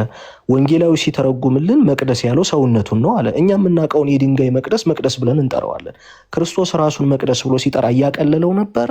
ከህንፃ ቤተ መቅደስ ጋር ራሱን እኩል እያደረገ ነበር? አይደለም። አንድ ቃል በተመሳሳይ ለብዙ ነገሮች ይውላል። ይሄ ማለት ግን ተመሳሳይ ክብርና ይዘት ምስጢር ኑሮት ቃሉ ይነገራል ማለት አይደለም። ስለዚህ ቅድስት ጠረጴዛ የሚለው እውነተኛ የጌታ ስጋና ደም እውነተኛ ማዕድ ሆኖ የሚቀርብበትን መንፈሳዊ ምስጢርና ትርጉም መናገር እንጂ ጉዳዩን ማቅለል ወይንም ቤታችን ከምናውቀው ጠረጴዛ ጋር እኩል የማድረግ ሂደት አይደለም።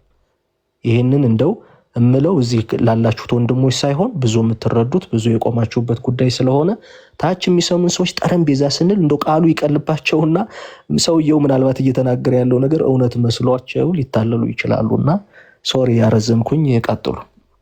ለዛ ብዬ ነው የተናገርኩት። እሺ ዲያቆን ብሩኬ ቴንኪው ቃልዎት ያሰማልን። ልቀጥል አንተሽ ቆይ አንድ እዚህ ይሄ ይታይና በዛው ትቀጥላለህ። የመጀመሪያውን ሐሳብ አንተ ትሰጣለህ። ይሄ በቃ ምንም ቴዎሎጂ ዋናዋን በኋላ ጀምሮ እንዳይጠራቀም ብዬ ነው። ችግር የለውም ቀጥለሽ እንዳይጠራቀም ብዬ ነው። በኋላ ጀምሮ አይደለም። ኦኬ እሺ ላሳይና ያው እኔው ልጄን ወደ ማስተኛት ስለሆነ ለዛ ይሄ በጣም ቀላል ነገር ነው። ማንኛውም ሰው ሊያቆም የሚችል ነው። በ451 ምን እንደተከሰተ አንድ የሰንበት ትምህርት ቤት ያውቃል እንኳን ርዕሰ ሊቃውንት የሚባል ሰው ማለት ነው። እና እቺን አድምጧት እና ይሄ ሰውዬ ከምንፍቅናም በላይ እንደሆነ ነው እየተሰማኝ ያለው። አድምጡት። አንድነት ቢኖረው ስለዚህ በሁሉም ነገር አንድ አይደለንም። አንዳንድ ጊዜ ሰዎች ከአብያተ ክርስቲያናት እንደው የተለየነን በዚህ ስንል ከሆነ ማህበር እድር የወጣን ይመስላቸዋል። ምድራዊ ማህበር፣ ምድራዊ እድር፣ ምድራዊ ቡድን አያስፈልግም። እኛ የክርስቶስ ማህበርተኞች በክርስቶስ ደም የተመሰረትን ኦርቶዶክሳውያን ነን። ስለዚህ በሁሉም ነገር አንድ አይደለንም። አንድነታችን የተነገረው ለመጀመሪያ ጊዜ በ451 ዓመተ ምህረት በኬልቄዶን ጉባኤ ኢየሱስ ክርስቶስን በተመለከተ በተደረገ ጉባኤ የክርስቶስን አምላክነትና የክርስቶስን ባህሪ በተመለከተ በተደረገው ሲኖዶስ ሮማውያንና ኦሪየንታል ወይንም ምስራቃውያን በሌላ አቅጣጫ ያሉት ለሁለት ተከፈሉ። አንድ ባህሪ የሚሉና ሁለት ባህሪ የሚሉ። ያ ነው እንግዲህ ኦሪየንታል ያሰኛል። ኦሪየንታል የሚባሉት ኢየሱስ ክርስቶስን አንድ ባህሪ ብለው የሚያምኑ ናቸው። ምዕራባውያን የሚባሉት ኢየሱስ ክርስቶስን ሁለት ባህሪ ብለው የሚያምኑ ናቸው። በዛ መካከል ደግሞ ያሉ አሉ መለካውያን፣ ታቦትም ምንም የሌላቸው ከአሕዛብ የመጡ ጠረጴዛ ያላቸው ጨርቅ ያላቸው ምንም ከታቦት ስርዓት ጋር ግንኙነት የሌላቸውም አብያተ ክርስቲያናት አሉ። ይሄንን ስል ሌሎቹ ታቦት አላቸው ልንፈልግ አይደለም። ሌሎቹ እንደሚሉት ታቦት የሚለው ስያሜማ በስያሜ ደረጃ ሙሴ ባህር ውስጥ የተወረወረበት ቅርጫትም እኮ ታቦት ተብሏል። ኧረ በቃኝ። እኔ ሰዎች ወደ እናንተ ልመልሰውና መላ በሉት እንግዲህ አንድነታችን የታወጀበት ኬልቄዶን ጉባኤያችን የታባቱስ ከታቦት ጋር ግን ምንድነው የሆነ ችግር አለ ልበል? እኔ አልገባኝም። ወሬው በሙሉ ዞሮ መግቢያው ታቦት ሆነ።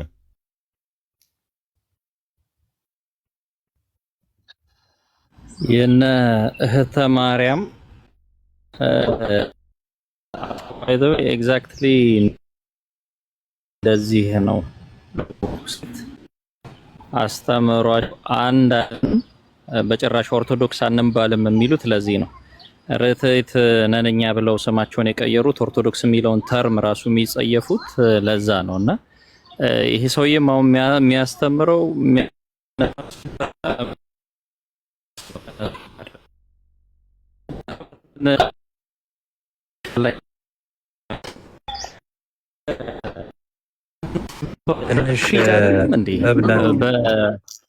ቆራረጠው ኢብኑ ሐኪም እየተቆራረጠ ነው አሁን።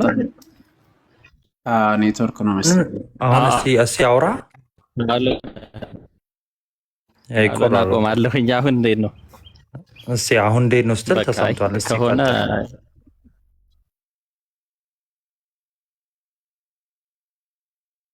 ነው ተቋርጦ አሁን ጥሩ ነው። አሁን ጥሩ ነው ስትል ብቻ ማውራት ከሆነ የመጨረሻ አንድ ድል አሁን ጥሩ ከሆነ ቀጥላለሁ፣ ካልሆነ ላቁም። እንዴት ነው አሁን? ቀጥል። አሁን ሰላም። ኦኬ እሺ፣ ቴንክ ዩ በጣም ከመጨረሻው ነጥብ ስጀምር አንድነታችን እኮ ዝም ብሎ አንድ ነን በማለት እኮ አይደለም። ትምህርት ሃይማኖት የምንለው ጸሎት ሃይማኖት የምንጸልየው የሃይማኖት መሰረት አለን፣ ክሪድ አለን። አንድነታችን የሚረጋገጠው በአስተምህሮ ነው እንጂ አንድ ነን በሚል ወስነን እኮ አይደለም። ይሄ በጣም ግልጽ ነገር ነውና እየሄደ ሲመጣ እንደው መጀመሪያ ላይ ይሻል ነበር። እየሄደ ሲመጣ እያባሰው መጣ ነገርና ምንድነው እየባሰ መጣ እንደሚባለው ሆነ። እንግዲህ ወደኋላ መሄዴ ነው፣ ይቅርታ አድርጉልኝ። ዚች ፖይንት ላይ የታቦቱ የብሉይ ኪዳንና የሐዲስ ኪዳን አንድ ነው ስንል ሲል ነበረ፣ አንድ ነው እያለ ነበርና መስዋዕቱ ነው የተለየው የሚል ሐሳብ። ታቦቱ አንድ ነው ማለት ምን ማለት ነው? መስዋዕቱስ የተለየ ነው? እኔ ትንሽ እንደው ዘርዝሮ ማየት ቢቻል ጥሩ ነው ብዬ አስባለሁኝ። ታቦቱ አንድ ነው ማለት ባይ ዲፎልት የመስዋዕቱም አንድ ነው ማለት አይደለም ወይ? ለመስዋዕቱ የሚገባው ታቦትን መጠቆምስ አያስፈልግም ወይ? የሐዲስ ኪዳኑ ታቦት የሐዲስ ኪዳኑ መስዋዕት የሚያስፈልገው ለዛ የተገባው ታቦት የትኛው ነው? ሰማዩ ስርዓት በምድር የሰማዩ ስርዓት የትኛው ነው? ሌላ አዲስ ታቦት በሰማይ እንጠብቃለን ወይስ አዲሲቱን ስርዓት ነው እያጠየቀን ያለ ነው? ከክርስቶስ በላይ የሆነ መስዋዕት በሰማያት አለ ወይ? ሊኖርስ ይችላል ወይ?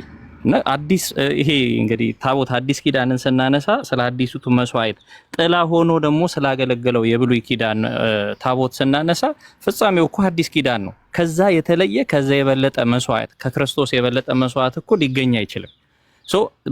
ምሳሌነቱን ለተለየ ደግሞ ለሌላ አርጎ ማስቀመጥ ያመጣልና ያ ተገቢ ነው የሚል በፍጹም አመለካከት ሊኖር አይችልም። ሌላኛው ከእመቤታችን ጋር ስናያይዘው እስቲ እዩት። እመቤታችን ፍጹም ድንግልናዋን ስናነሳ ለምንድን ነው ፍጹም ድንግል የምንላት? ደግሞ ልክ ሕዝቅኤል እንደሚያነሳው ማንም ያልገባባት ደጃፍ ብሎ የሚላት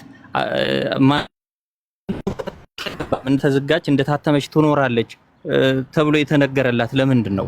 ፕሮቴስታንትና መናፍቃኑንስ የምንቃወመው ከዛ በኋላ ጸንሳለች ከዛ በኋላ ወልዳለች የሚሉት የምንቃወምበት ሐሳብ ምንድነው?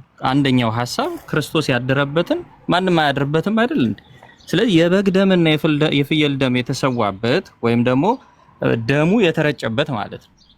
የክርስቶስ ደም ደግሞ ሊፈተትበት እንደው ቻለ ወይም እንዲህ ነው ብሎ ለማቅረብ ድፍረቱ ምን ያህል እንደወሰደው ያሳያል። እና የክርስቶስ መስዋዕት ቅድም አንድ ሐሳብ ሳነሳ ነበር። ታቦቱ ነው ስጋው ደሙን የሚያከብረው ወይስ ስጋው ደሙ ነው ታቦቱን የሚያከብረው እያልኩ ነበር። እና ታቦቱን ቅዱሳን ብፁዓን አባቶች ጳጳሳት ለዛ አገልግሎት አክብረው በሜሮን ይለዩታል። ታቦቱ አይደለም መስዋዕቱን የሚያከብረው። ከኛ በኩል ቤተክርስቲያን ከርሷ በኩል ያለውን አዘጋጅታ ትጠብቃለች። እግዚአብሔር ራሱ ደግሞ ያንን ይቀይረዋል ወይም ያከብረዋል። መስዋዕቱን በሰራልን ስርዓት በሐዋርያት በኩል በሰራልን ስርዓት ማለት ነው። ከዛ ያ መስዋዕት ታቦቱንም እንግዲህ ሁሉንም ያከብራል ማለት ነው።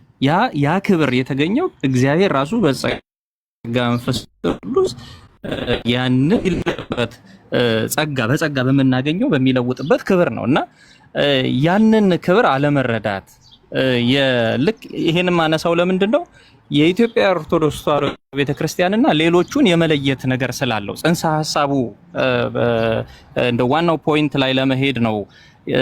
በአሃት አብያተ ክርስቲያናት ለምሳሌ በግብጽ አብያተ ክርስቲያናት የሚቀደሰው ቅዳሴ የሚሰዋው መስዋዕትና የኢትዮጵያው መስዋዕት የተለያየ ነው ወይ?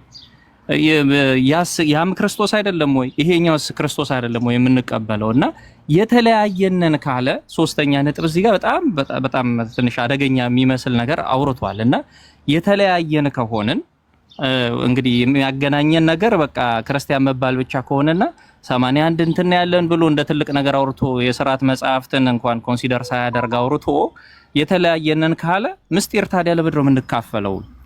በዚህ አካሄድ ከሄድን ደግሞ የተለያየን ስለሆነን ሰው ምስራቅ ኢስተርኖች ጋር ሄዶ መቁረብ ይችላል ማለት ነው ወይ? ሌሎቹስ ጋር ሄዶ ሊቀበል ነው ማለት ነው ወይ? መለያየት እዛ ዲግሪ ላይ ከደረሰና ምጣኔ የለውም ሰውየው ሲያወራ እንደው ልዩን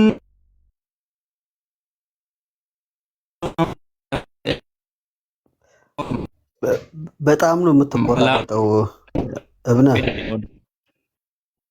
በጣም ነው የምትቆራረጠው። በቃ ከሆነ ለመስማት ሞከረ ግን እሺ ነበር ቃሎት ያሰማል። እንግዲህ ኔትወርክ ስላላስጨረሰ ይቅርታ። ትንሽ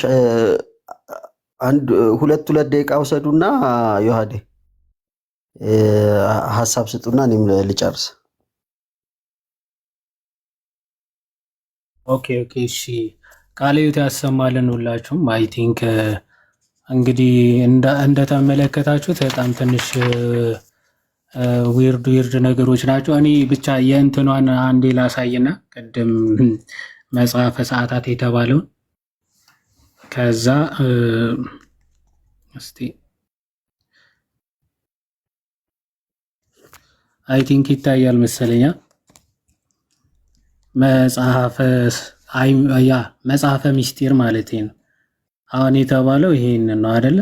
ነነሰናምን ከመፍጹም ስጋሁ ወደሙ ለክርስቶስ ህብስተ ቁርባን ወደመ ወይን ዘዲበ ጠረጴዛ ዘይትቄደስ በእደዊሁ ለካህን ነው የሚለው አይደል? በማን እጅ የሚቀደሰው ነው? ዘይትቄደስ በእደዊሁ ለካህን የሚለውን በካህን እጅ በቅዱስ ጠረጴዛው የሚቀደሰው ህብስተ ቁርባን ወደመ ወይን ነው የሚለው።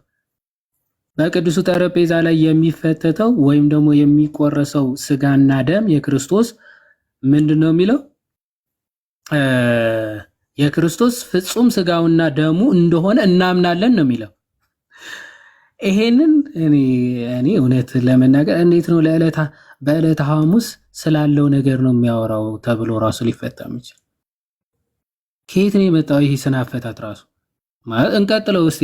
በከመ ይቤ እግዚእነ በእንተ ሐዋርያቲሁ ወቦሙ አነ ቀድስ ርእሰየ ፎኬ ቀድስ ሐዋርያቲሁ ለእግዚኦሙ ማለት እኔ ስለ እናንተ ራሴን እቀድሳለሁ አለ። ሐዋርያትስ ከቶ እንዴት አድርገው እሱን ሊቀድሱት ይችላሉ? ይልና ለእግዚኦሙ ማለት ነው ለጌታቸው እንዴት እነሱ ሊቀድሱት ይችላሉ? እንዘ ለሊሆሙ ነስኡ እምሃቤሁ መንፈስ ቅዱስ ነው። አይ ቲንክ መንፈሰ ቅዳሴ የቅዳሴን መንፈስ ከእሱ የተቀበሉ ማለት ወፍካሬውሰ ለብሂለ እቀድስ ርእሰየ ቦሙ ይተረጉም ማለት ይሄ ስለ እነርሱ ራሴን እቀድሳለሁ በሚለው ይተረጎማል። ሀበ ህብስተ ቁርባን ወደመ ወይን ዘይከውን ክርስቶስሃ ሶበ ይብል ካህን ረስዮ ስጋሁ ወደሙ ለእግዝእነ ወመድኃኒነ ኢየሱስ ክርስቶስ ርእሶ ሰማየ ህብስተ ወወይነ እስመ ኃይለ መለኮት ይስወጥ ውስቴቱ ከመ ይሚጦ ሀበ ከዊነ ስጋሁ ወደሙ። ምን ማለት ነው? ካህኑ ማለት ነው ስርዓተ ቅዳሴን በሚያደርግበት ጊዜ የጌታችን የኢየሱስ ክርስቶስ አማናዊ ስጋና ደሙ ወይም ደመ መለኮትና ስጋ መለኮት እንዲሆን የሚለውጠው ራሱ ጌታችን መድኃኒታችን ኢየሱስ ክርስቶስ ነው። ምክንያቱ ስለ እነሱ ራሴን እቀድሳለሁ ብሏልና ነው ብለዋልና። ስለዚህ የክርስቶስ ስጋና ደም ነው በጠረጴዛው ላይ የሚፈተተው። የሚቆረሰው ስጋና ደም የክርስቶስ ስጋውና ደሙ እንደሆነ እናምናለን ነው የሚለው። ስለ ዕለተ ሐሙስ ነው የሚያወራ የተባለው። እንግዲህ ይሄ ነው። ጭራሽ ሽታው ራሱ የለም። ሽታው ክርስቶስ ሲሰጣቸው የሚል ራሱ አይደለም። ስለ እነሱ ራሴን እቀድሳለሁ ብለዋልና ወደዛ የሚለውጠው ራሱ ክርስቶስ ነው የሚል ሐሳብ ነው የሚናገረውና ከአውድ ጭራሽ ፈጽሞ የተፋታ እንደሆነ የምታውቁት እኛ እናምናለን ነው የሚለው። በዚህ በጠረጴዛ ካህኑ የሚቀድሰው የጌታ ስጋና ደም እንደሆነ እናምናለን ነው። ካህኑ በዕለተ ሐሙስ የሚባርከው ስጋና ደም ነበረ እንዴ? ኦኬ፣ ትርጓሜው ምንድነው የሚለው? እኛ ግን መንበሩ ማለት መንበሩ ዋይዘው መንበር ይህ አዳሪ በማደሪያው ማደሪያ ደግሞ በአዳሪው እንደሚጠራ ልክ መንበር እየተባለ ታቦቱ ይጠራል። መንበርም እየተባለ ይጠራል። ሙሉ ታቦቱም መንበሩም አንድ ላይ መንበር ተብሎ ይጠራል። ታቦቱ ብቻውንም መንበር ተብሎ ይጠራል። ስለዚህ እኛ ግን በመንበሩ ላይ ሆኖ በካህኑ እጆች የሚከብረው የቁርባኑ ህብስትና የወይኑ ደም ፍጹም የክርስቶስ ስጋና ደም እንደሆነ እናምናለን ነው የሚለው። በካህኑ የሚከብረው ምንድን ነው? የት ላይ ነው የሚከብረው? በመንበሩ ላይ። መንበር የተባለው ታቦት ነው። ታቦት ላይ ነው የክርስቶስ ስጋና ደም የሚከብረው አይደል? የሚቆረሰው የሚፈተተው ማለት ይህንን እንደው ስህተትን ላለማመን መጻሕፍትንም ለማጣመም በዚህ ያክል ርቀት መሄድ እንደው ከባድ ነው ለማለት ነው። እግዚአብሔር ይስጥልኝ። ቀጥሉ። ዮሐድ እዚሁ ላይ ማለት ነው ማለት ለመስቀል ሲሆን ጠረጴዛ ተብሎ ለታቦት ሲሆን ጠረጴዛ ማለት እያበላለጠ ነው ማለት እያመዛዘነ ነው። ሲጀመር ሁለቱም ነገር እኛ ታቦትና እንትንን ሁለቱም የክርስቶስ ዙፋን ተብሎ የጌታ ስጋና ደም የሚፈተትበት ነው። ያኛው ጌታ ክርስቶስ የተሰቀለበት መስቀል ነው። አሁን ምንድን ነው ወንጌል በእልህና በእንትን አይሰበክም። በእልህ አይደለም፣ ቢያንስ በእውቀት ነው። ቢያንስ ማለት ትንሽ የተወሰነ እንኳ ማንበብ እንዴት እንትን ይላቸዋል። በዚህ ልክ አጣሙ ደግሞ ሲያመጡ ማለት መጽሐፍ ምስጢር ላይ ብቻ አይደለም። በነገራችን ላይ ከመጽሐፍ ምስጢር ውጪ ሌሎች በጣም ብዙ መጽሐፍቶች ላይ የተጠቀሱት ነው። ጠረጴዛ ተብሎ ቅድስት ጠረጴዛ ሎርድ ኦፍ ቲብል። በነገራችን ላይ ሌሎች መጽሐፍት ላይ የትኛው መጽሐፍት ላይ ባይጠቀስ ማለት ነው የትኛው መጽሐፍት ላይ ባይጠቀስ መጽሐፍ ቅዱስ ላይ ከተጠቀሰ በቂ ነው፣ ከበቂም በላይ ነው። መጽሐፍ ቅዱስ ላይ ቃል በቃል ዘ ሎርድስ ቴብል ተብሎ ነው በቃ የተጠቀሰው። በቃ የቅዱሱ ጠረጴዛ እና ከዛ በላይ ምንድን ነው የሚፈለገው ነው? ታቦት ተባለ በሌላ ትርጉሙ በቃ መስዋዕት የሚቀርብበት መስዋዕት ነው። ይሄ በጣም የታወቀ ነው፣ ሁላችንም የምናውቀው። ትርጉሙም ይሄንን ነው ያስቀመጡት። ታቦት ማለት ቃል በቃል ያስቀመጡት ግዴታ በእልህ ተመቶ በቃ እኔ ያልኩት ካልሆነ ነው ተብሎ በዚህ ልክ መጋጋጥ ጌታ ሆይ ብቻ አላቅም ማለት። አሁንም ይሄ ነገር በቲክቶክ ላይ ተወርቶ ምናምን የሚቀር መሆን የለበትም ብዬ አስባለሁ። እስከ ስብከተ ወንጌል ድረስ መሄድም ካለብን መሄድ አለብን። ቃልት ያሰማልን። እኔ አክቹዋሊ ቅድም በደንብ ስለተናገርኩ እኔ የምናገረው ነገር የለም። ያው መጨረሻ ላይ የተወራው ግን የብሉይ ኪዳን ታቦት አለን ማለት ላይክ ታቦቱ የብሉይ ኪዳን ነው የሚል የሚመስል ነገር ነው። በነገራችን ላይ ዝም ብላችሁ ሄዳችሁ ዘጸአትን ምናምን ብታነቡ አሁን ያንን ታቦት ለመስራት ኢትዮጵያ ውስጥ ወርቁ ራሱ እንደው በበቂ ራሱ የለም በነገራችን ላይ ማለት ነው። 2 ሜትር ተኩል በሜትር ከ50 2 ከ50 በሜትር ከ50 አስቡት። ይሄን ሁሉ በውስጥም በደጅም የሚለበጥ ወርቅ እንደው ይሰራ እንኳን ቢባል የለም ኢትዮጵያ ውስጥ። አፍሪካ ውስጥ ማለት ይቻላል ያው ለግነት ያለን ወይስ ግን በዋናነት ግን ምንድን ነው እንግዲህ ያ የብሉይ ኪዳን ታቦት ነው ከተባለ ሐዋርያው ቅዱስ ጳውሎስ እንግዲህ ሕጉ ተሽሯል አይለንም ነበር። ሕጉ ማለት ይሄ የሌዋውያን ወይ ደግሞ የመቅደሱ አገልግሎት ማለት ነው። ምን ማለት መሰላችሁ? አሁን ያለውን ታቦት ግዴታ በቃ ሌዋውያን ናቸው የሚይዙት ማለት ነው። ክርስቶስ ደግሞ ከይሁዳ ነገር ነው የመጣው። ስለዚህ ሊቀ ካህናችን ስለዚህ ሊቀ ክህነቱንም መካሪ ይሆናል ማለት ነው። በዛው አጋጣሚ ስርዓቱ ምኑ ሕጉ አለ አሁንም አክቲቭ ነው የምንል ከሆነ በቃ ያ የሌዋውያን ነገር አሁንም አለ ወደሚል ይወስድብናል። እስኪ በተቻለ ግን ቪዲዮም ለመስራት እንሞክራለን። ራሳችሁን አታጨናንቁ እናንተ ሰዎች። ሰላም ደሩ። ያው የብሉይ ኪዳን ስርዓቱ ብቻ ሳይሆን ቁመቱ፣ ወርዱ፣ ስፋቱ ሁላ ነው ያለን ልክ እንደ መድኃኒዓለም ታቦት ያለው እኮ። በነገራችን ላይ ጥያቄውን ግን አንተሽ እንደ ጥያቄ ራሱ አሁን እታች ያላችሁ ሰዎች ብትጠየቁስ የብሉይ ኪዳንና የአዲስ ኪዳን ልዩነቱ የብሉይ ኪዳን ታቦትና የአዲስ ኪዳን ታቦት ልዩነቱ ምንድን ነው ተብሎ ነው የተጠየቀው አይደለ? ይህ ሰው እናንተ አሁን እታች ያላችሁ ብትጠየቁ በአጭሩ እንደው ለአሁኑ ቀለል ያለ መልስ በመጠንም በአገልግሎትም በቃ ልዩነት አለው። በመጠን 2 ሜትር በምናምን ሜትር ከምናምን የሚያክል የለም አይደለ? እንደዛ እንደገና ደግሞ በአገልግሎት ደግሞ ያ የእንስሳ ደም ነው የሚረጭበት። አሁን ግን ይሄኛው የአዲስ ኪዳኑ ደግሞ የክርስቶስ ስጋና ደም ነው የሚቀርብበት። ስለዚህ አሁን ከስር እንደዛ አይደለም አይ ነው እንጂ አለ። የብሉይ ኪዳኑ አሁንም አክቲቭ ነው አለ። ታቦተ ጽዮን አሁንም አክቲቭ ናት ስላለ ቅድም ብዬበታለሁ። ኤኒዌይስ ኤሲ ደግሞ ውስጥ የተወሰነ ነገር በልና በቃ እንተኛ። ይበቃል። ኤስዲ ታወራለህ እኮ ከዛም በፊት ማለት ነው። አንዳንዴ መምህሩ ብቻ አይደለም ማለት ለራሳችሁ ዩቱብ ብላችሁ እንደዚህ አይነት ጥያቄ አቅርባችሁ ማለት ጀስት ለመሸቀጥ ማለት ነው። የክርስቶስ ቤተክርስቲያን ብዙ እንትን ላይ ባለበት ሰዓት ላይ ሆን ብላችሁ እንደዚህ አይነት ጥያቄ አምጥታችሁ ለዩቱባችሁና ለእንትን እንደዛ የምታደርጉም በጥላቻ መልክ መልሱ እንዲሰጥም እንደዛ የምታደርጉት እናንተ ወዮላችሁ ነው የምላችሁ። እውነት ለመናገር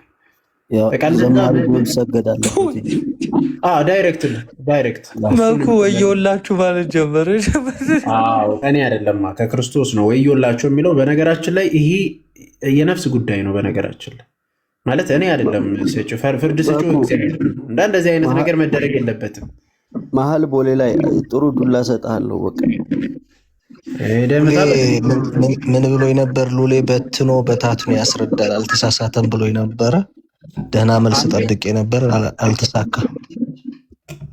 ኖ ማለት መነገር አለበት። በቃ ካሁን በኋላ መቆም አለበት። እሱም ቢሆን ማድረግ የለበትም። ልነገር የሚገባው ለእሱም ጭምር ነው። ለምን ብዙዎቹ ምዕመናን ይሄንን ይሰማሉ፣ ዩቱብ ላይ ይደርሳል። ይሄ እንትን ወደዛ ላይ ይደርስ ይችላል። ገብቷችኋል አይደል? የኛ ሜቢ ላይሰራጭ ይችላል። ሞር ደግሞ በዩቱብ ላይ ያለው መሀል ላይ ከዚህም ወደዛ የሚመለሰው ከዛ ደግሞ ወደዚህ የሚመለሰው ብዙ ሰዎችን ሊጎዳ ይችላል። ፎርዛት ማተር እንትን ባያደርጉ መልካም ነው፣ ለእሱም ጭምር። ይቅርታ ቀጥሉ። ትምህርት ላይ በትኖ በታትኖ ያስተምር ነበር፣ ግን ምንፍቅናን በትኖ በታትኖ ነው ዛሬ ያስተማረውና በጣም አዝነናል። ብቻ በጣም ይቅርታ አበዛብን እንጂ ይታረማል ብለን ስንጠብቅ በጣም በሉ እንግዲህ መተኛቴ ነው። ሰላም ደሩ። በጣም አመሰግናለሁ። ደህና ደሩ። እሺ ሰላም ሁኑልኝ። እሺ ነገ ደግሞ በሰፊው እንሄድበታለን።